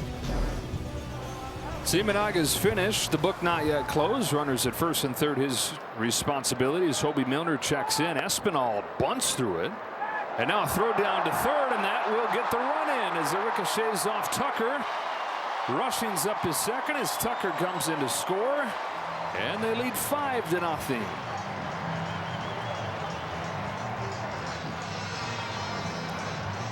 I mentioned earlier about the one thing about the Cubs, they've had really good defense, solid defense, and already a couple errors here though from the catcher throwing there. It's first inning when Shohei was stealing second base, and then now this throwing error where it just goes off of Tucker.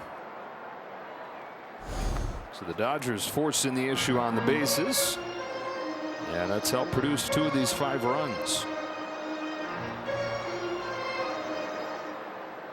0-2 on Espinal, who's 0-for-2 today. Milner misses downstairs. Having a great first season with the Cubs is Hobie Milner. 2.19 ERA in his first 12 games.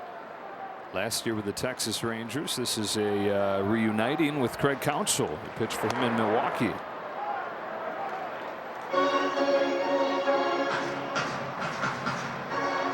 Milner now in his 10th season.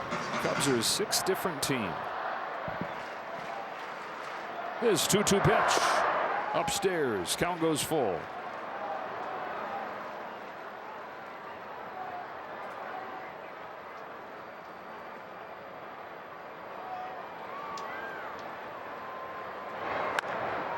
Reaches out, grounds it to short. And Horner snaps the throw over there to get him.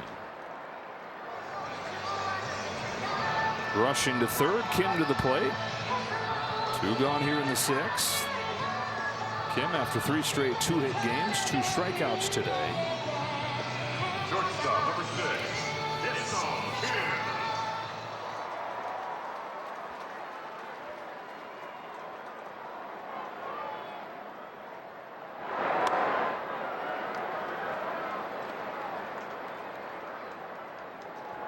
Kim hitting .362 with runners in scoring position in his major league career.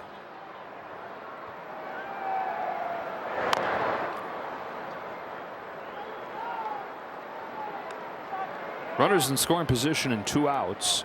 .435.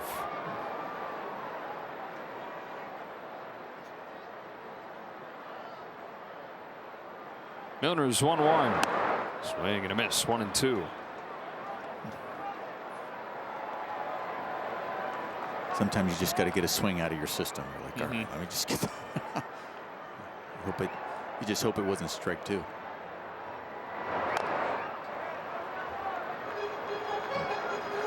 So you can see how Milner is tough on lefties. The way he hit the arm angle, which he comes at him, the attack, and then when he throws that breaking ball, especially that sweeping breaking ball, it starts behind you. And he's got a sinking fastball that runs into you as a lefty. Bouncer along first for Michael Busch. He beats Kim to the bag and ends the 6th, but the Dodgers get a pair. To the 7th we go. It's 5-0 LA.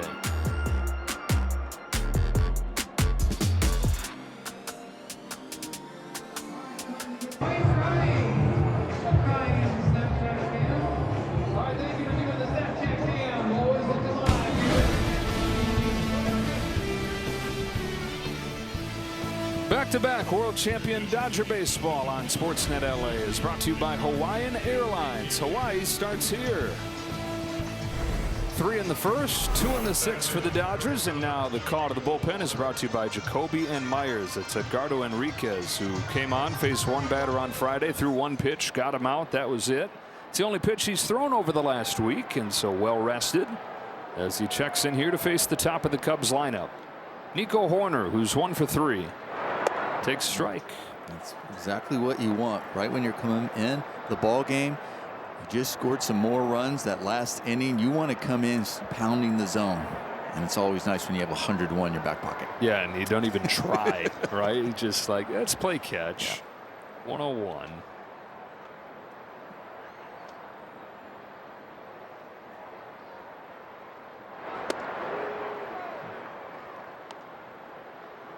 Eight games for Henriquez this year, 4.91 ERA. So those numbers inflated from where they were his first season plus in the big leagues. Had a 242. Even though he's never really struck a bunch of guys out, you see the high velocity, but he's not been a high strikeout guy. So the difference at this point has been what's happened with the balls in play. Much higher batting average on balls in play. Comes home with a 2-1. Horner takes it a little high. Ball 3. So you can already feel, you see the pace. The pace is so different with Henriquez compared to Robleski. Even though Robleski struggled, you can just see grab it, get the sign, go. Just outside, and after the first pitch strike, 4 consecutive balls and a leadoff walk for Horner. Another look, and it was close. I said, I wonder if Dalton Rushing's a little gun shy to be questioning or wanting to ask. But I was just talking about Enriquez's rhythm already. You can just see how it's a lot longer. The pauses are longer. Well, he's an infielder. You're so used to Robleski. Even though he was struggling, even though he had some base on balls, you still know he's going to pound. You're on your toes, ready to move. When somebody's pausing like this, you have a tendency to get back on your heels as a defender because you don't know when exactly he's just going to release that ball. More of the same for the Cubs here. They have the leadoff man on for the 5th time. Rushing with another chance to catch a pop-up, but this one is into the net, then out of play. Cubs are 0 for 14 in this game with men on base.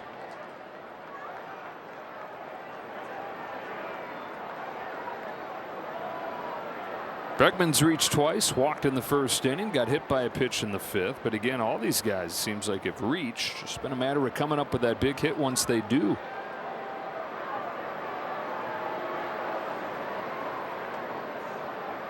Here comes Henriquez with an 0-1. Bregman watches a slider miss away. 1-1.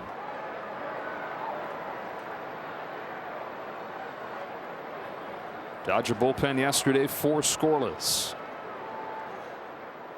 After the ugly Friday night, each of the top 3 guys gave up runs. And the Cubs comeback win.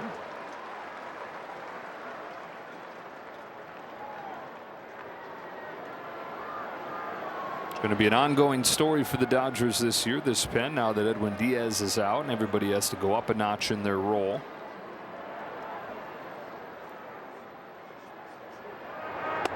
In a lot of ways, guys find themselves back in the roles that they were in last year before Diaz got here. Right. And a closer by committee or somebody he can rely on to kind of step up and embrace that role.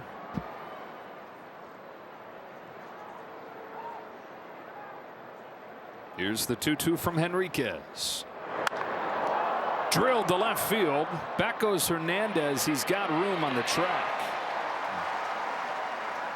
Back to first goes Horner. 1 away. I wonder if he got that off the end, a little bit off the end more than we anticipated because it sounded very loud. I don't know, maybe much more on the inner part of his bat than thought, but for a second, thought he might have got that one.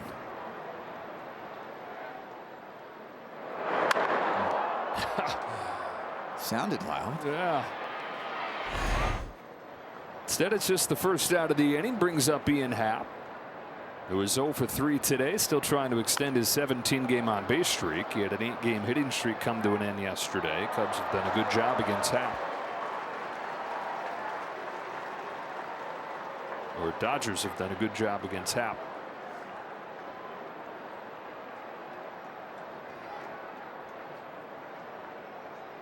Henriquez home with an 0-1.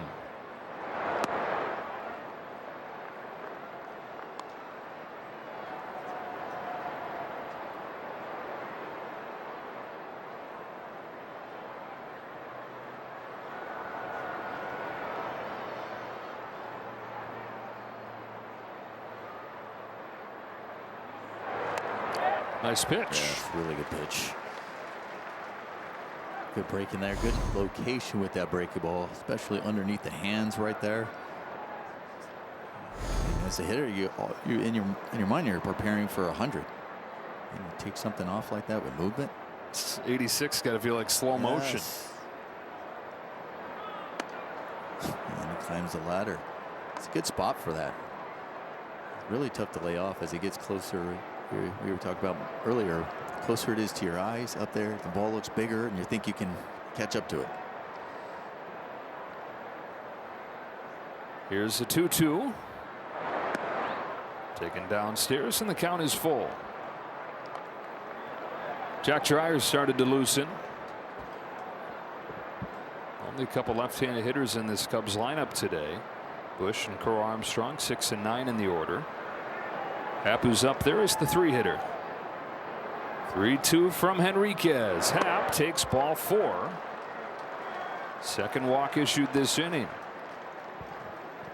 And 6 total today. This will be the first at bat the Cubs have had with a runner in scoring position since the second inning. Yeah, so it was heavy traffic those first 2 innings, and it's just been one guy every inning since then. They stranded 2 in the first. They left the bases loaded in the second. Those insurance runs for the Dodgers in the last of the 6th immediately looking important. Seiya Suzuki, 3 for 4 yesterday. Came into the game 10 for his last 20 with 4 home runs, but is 0 for 3 today.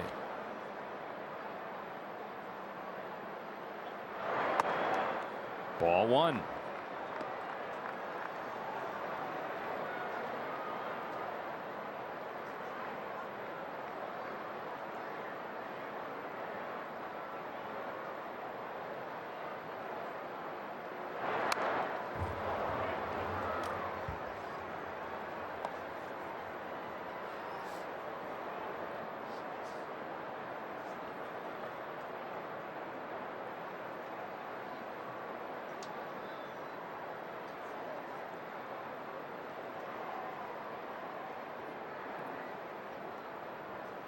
Here's the 1-1 pitch. Grounded along third and foul.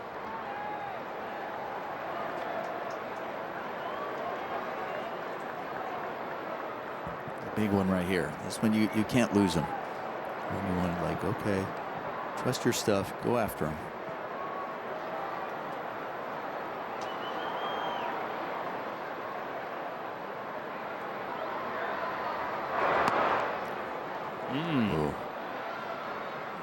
Wonder if he catches that if he gets the call. Yeah, Dalton mad at himself. I mean, good pitch. He was trying to frame. I think he was just trying to frame it too much, and just maybe not. Just got it on the heel of his glove. Horner at second, Happ at first. 2 balls and 2 strikes on a dangerous hitter in Seiya Suzuki. Here comes Henriquez, and there goes a foul ball. Stays at 2-2.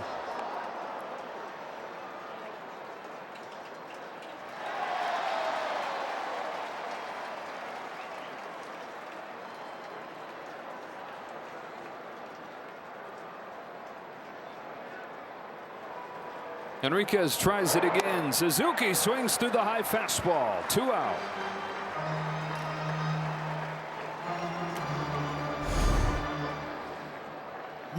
Climbing the ladder, swing and miss at 100. Yeah, hard to hit that.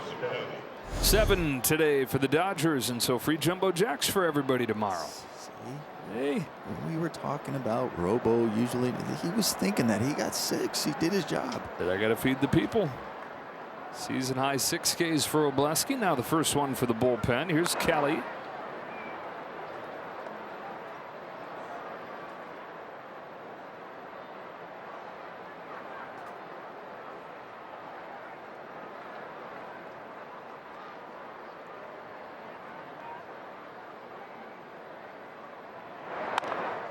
Back to Henriquez. He's got it.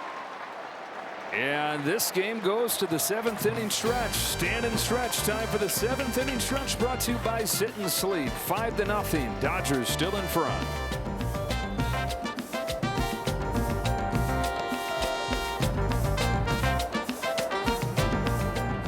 LA LA is brought to you by Shakey's Pizza Parlor. Serving up handcrafted pizza, crispy fried chicken, and famous Mojo potatoes since 1954. And serving up a high drive to left center field and gone. Shohei Ohtani with an opposite field home run.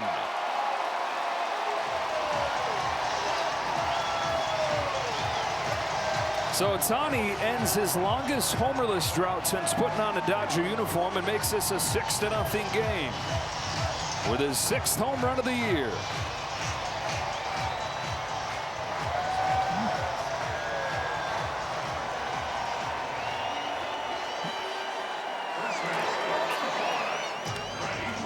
Well, Joe, that's keeping the front side closed. You get a lefty with the arm angle of Milner, and then you drive it the opposite way.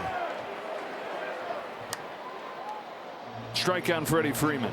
And I just shake my head and marvel that guy that big, strong, he hits it the other way, and he just knows. He's just like, he's like watching it. Like, Shaw at second. One gone in the 7th inning. Let's have another look here. This is the arm angle. There's the front side. That front shoulder still staying closed, and he's able to bring the barrel, head down. That's when Ohtani is swinging his best, when he's able to drive it the other way, that way with authority. And he knows it. Squares that ball, and he knows it's out. Well, his last time up, he got his first extra base hit in a week, and here he gets his first home run since April 12th. I mean, if I hit a ball the opposite way, Joe, I'm sprinting because I have no idea if I have a chance of hitting it out. He's able to watch that and admire it. Hits balls to left like a right-handed pull hitter. That's it for Hobie Milner. Dodgers by 6.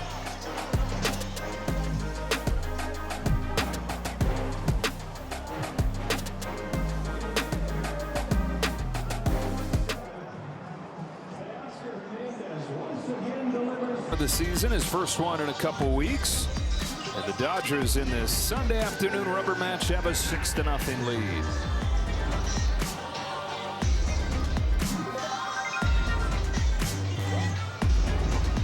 Nothing like a sunflower seed shower. Teoscar Hernandez comes up to the plate. Yeah, and he faces Yaxel Rios, who's making his first appearance in the major leagues in 3 years. He's been in the minors with the Mets the last couple years. And he pours in a strike. This is the 2nd day in a row the Cubs have had a reliever making his first appearance in the big leagues in 3 years. They had Vince Velasquez doing it yesterday. And now it's Rios, just as a testament to the state of this pen. Top 5 guys from the Cubs season opening bullpen out.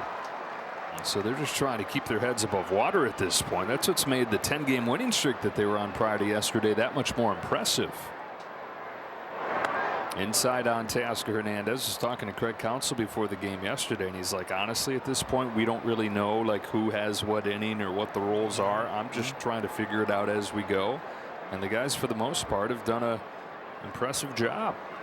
I can reach out to Dave Roberts. Dave Roberts has been in that situation.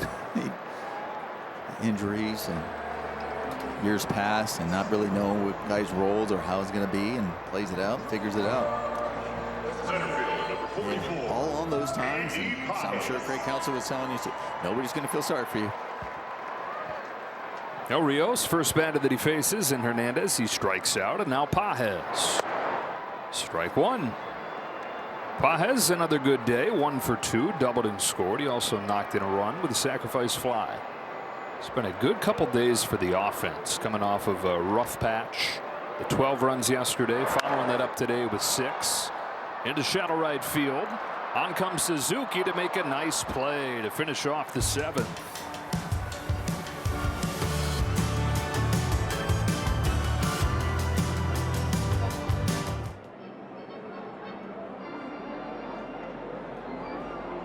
Dodgers baseball and more at FuboTV.com. The Miami Marlins and old Dodger coach Clayton McCullough coming to town tomorrow to be Chris Paddock for the Marlins against Yamamoto. Jansen Junk against Ohtani on Tuesday. Sandy Alcantara, the former Cy Young Award winner, in a day game on Wednesday against Tyler Glasnow. For the 2nd day in a row, here's Jack Dreyer. Had a couple of the biggest outs of the game yesterday. Michael Busch leads off, takes a strike. The Cubs have cut it to 8-4 and had the bases loaded. Dreyer comes in to replace the sacking, gets back-to-back Ks. The most pivotal part of the game is that Jack Dreyer coming in at that moment.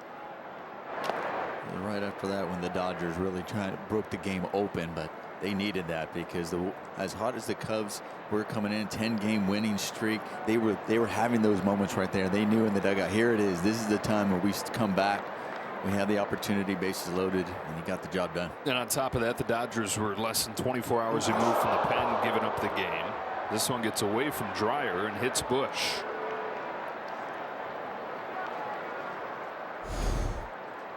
Leadoff man on again. And this was a breaking ball that just got away from him.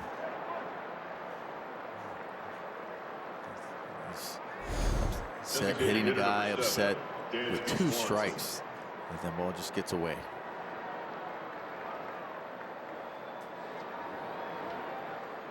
So the Dodgers have the Marlins coming up. The Cubs continue this West Coast road trip, going down to San Diego to take on the Padres. The Padres have a 7-2 lead in Mexico City right now over the Diamondbacks. If they win, it'd be their 17th in their last 20.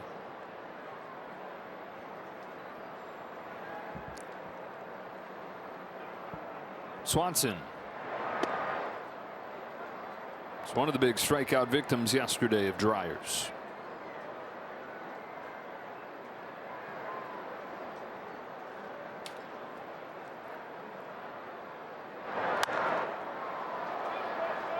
Into right.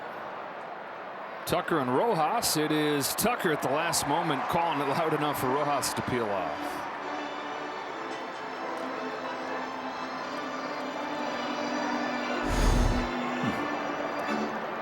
So scary. As an infielder, you're running out, you're sprinting out because you know it's tough to see. You know they're having trouble, so you don't assume anything. But you know that's far off, so you got Rojas going full board. And then the last one you hear him, you're like, oh, gosh. Had that collision in San Francisco last week, earlier this week, with Teoscar Hernandez and Alex Call. 2 guys that hadn't played a lot and left and center together. Strike 1 on Shaw. Always used to talk to my outfielder, so left fielder, maybe out going out short, like we would agree whenever you call it off which way we would peel. Like I'd always go to my left, peel off to my left. And they would do the same thing. So it's like, okay, we're coming in, we're both going for a ball. I'm going to go full board until I hit you. So whoever calls it, or if you call me off, remember you're catching and going left. I'm catching and going to my left. So that way we don't catch and then run into each other. Did everybody on the team you would just I would common, or well, you would I would talk to them, and that's usually, you know, you would probably, other guys would probably talk to the outfielder at times like, hey, which way do we want to break, to make sure we try not to try to avoid those times. I have collided once and didn't. I remember Troy O'Leary and I collided, and I go, and we were on the ground, big guy. and I go, you didn't go left. Strike 3 called on Shaw. 2 out. I'm just imagining the outfielder running in like, okay, go left. Wait, no, was that Nomar that wanted left, or who wanted left? Right? Oh, too late. Center fielder number 4, Pete Crow Armstrong. On the ground, both going in agony.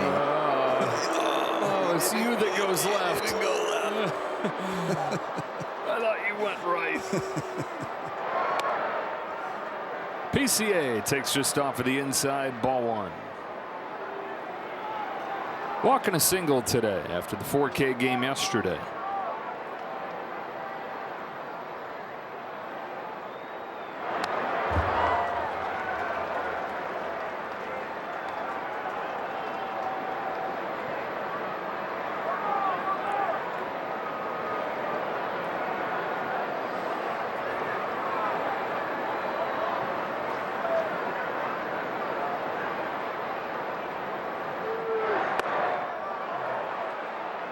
No swing, ball 2.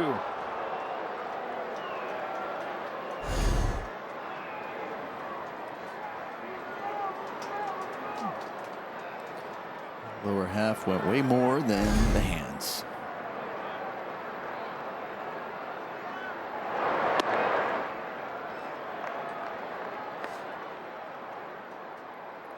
So again, inning where the Cubs get the leadoff guy on and trying to do something with it. 3 balls and a strike on Crow Armstrong with Bush at first and 2 out. Cubs are hitless in 18 at-bats with men on base. That's the worst against the Dodgers in 3 years. Got to go back to June of 2023 when the White Sox hit an 0 for 19 game with men on base.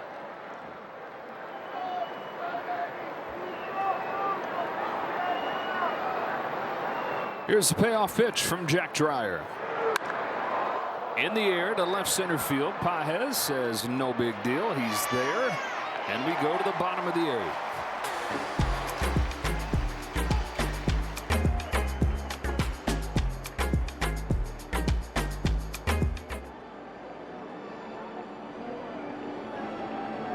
Don't you? Well, lucky they have Dontrell there. Yeah. He's right here. There he is, guys. Taking good care of him. Children's book. Where's Noma? Sold plenty of those in Boston. Kyle Tucker leads off this inning for the Dodgers. They lead the game 6-0. 3 in the first, 2 in the 6th, 1 in the 7th. Tucker jumps on the first one and a hot shot to second. Picked by Matt Shaw. 1 pitch, 1 out for Yaxel Rios. Dodger offense coming to life the last couple days. The 12 runs yesterday, the 6 runs today. And again, everybody getting involved. Alex Freeland will pinch hit for Miguel Rojas. Freeland had a good day yesterday. Nearly had a home run off the top of the wall with a double.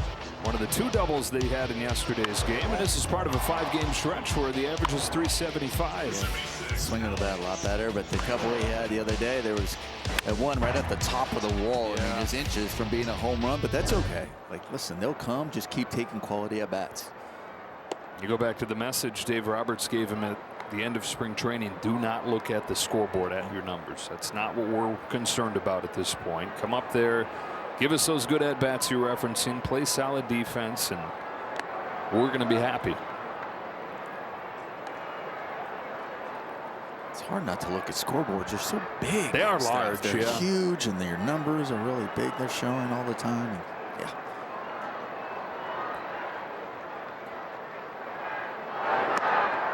One of these scoreboards here has the Diamondbacks Padres score. We gave that to you earlier. It was 7-2 Padres in front, but the Diamondbacks scored 6 runs in the 8th inning, and it's now 8-7 Arizona.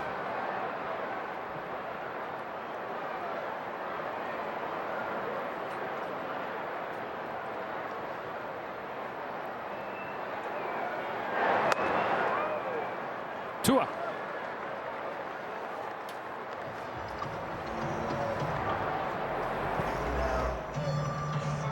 Kyle Hurt, and so the Dodgers looking at having a couple guys go back-to-back. Dreyer already did it. Hurt getting ready to do it. And have the pen set up well going into the Marlins series. Rushing knocked in a run his last time. 395 for the year, and he takes ball 1 from Rios.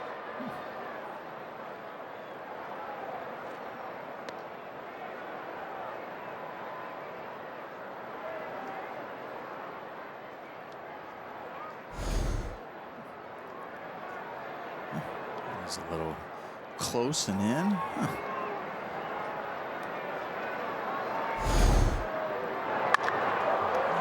Into center field. PCA with a tough play right there. Ball hit right at him, comes straight on, and still able to make the catch. Not the first great play he's made here. Not even today. On to the 9th inning. Dodgers 6, Cubs nothing.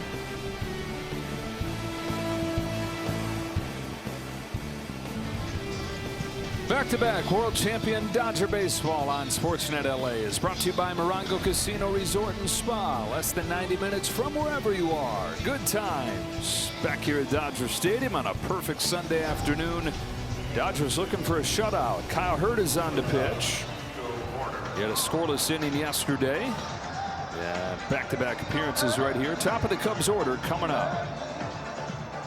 The Dodgers looking for what would be a nice response to a gut punch of a loss on Friday night. Seeing that 4-0 lead disappear late. Romped them on Saturday. And on one pitch, gonna get one out here in the ninth. Warner down to Espinal. Has played a nice third base today. Yeah, that ball was hit really hard. One hopper, just throwing the hands, gloving that ball. Great job by Espinal. And we have another look. Just that was shot. He was just nice and calm out there. Had plenty of time.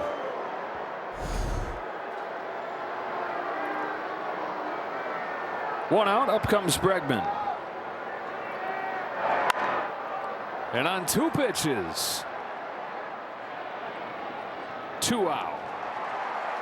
All right.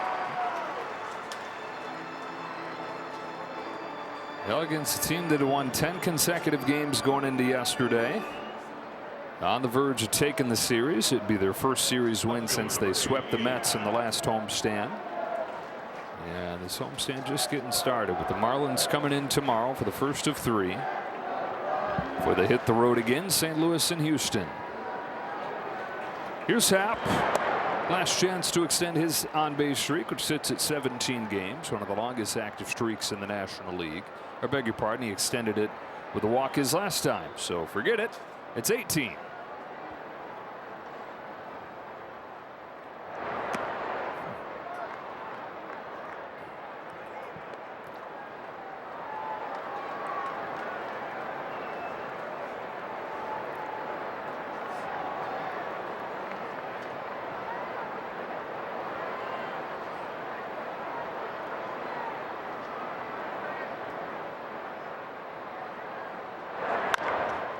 Big bouncer right side, and it takes Kyle Hurt all of 5 pitches to work a 1-2-3 ninth inning. And the Dodgers come back to take this series from the Cubs. Just a really good pitching performance by Robleski. Putting up zeros, even though he had a lot of traffic, really had to grind it out, but found a way to go 6 scoreless, and the bullpen coming in, putting up the zeros. The offense finding ways to score when they had the opportunity. So just a good win and able to win this series. 6 runs on 7 hits for the Dodgers. Finally there, Kyle Hurt does what hadn't been done yet today. That is a 1-2-3 inning for Dodger pitching. They navigated traffic throughout the day, holding the Cubs to 0 for 19 with men on base. For Nomar Garcia-Parra, Kirsten Watson, and the rest of our crew, Joe Davis saying so long from Dodger Stadium after this 6-0 win. Game 1 against the Marlins tomorrow. For now, stay tuned for Access SportsNet Dodgers.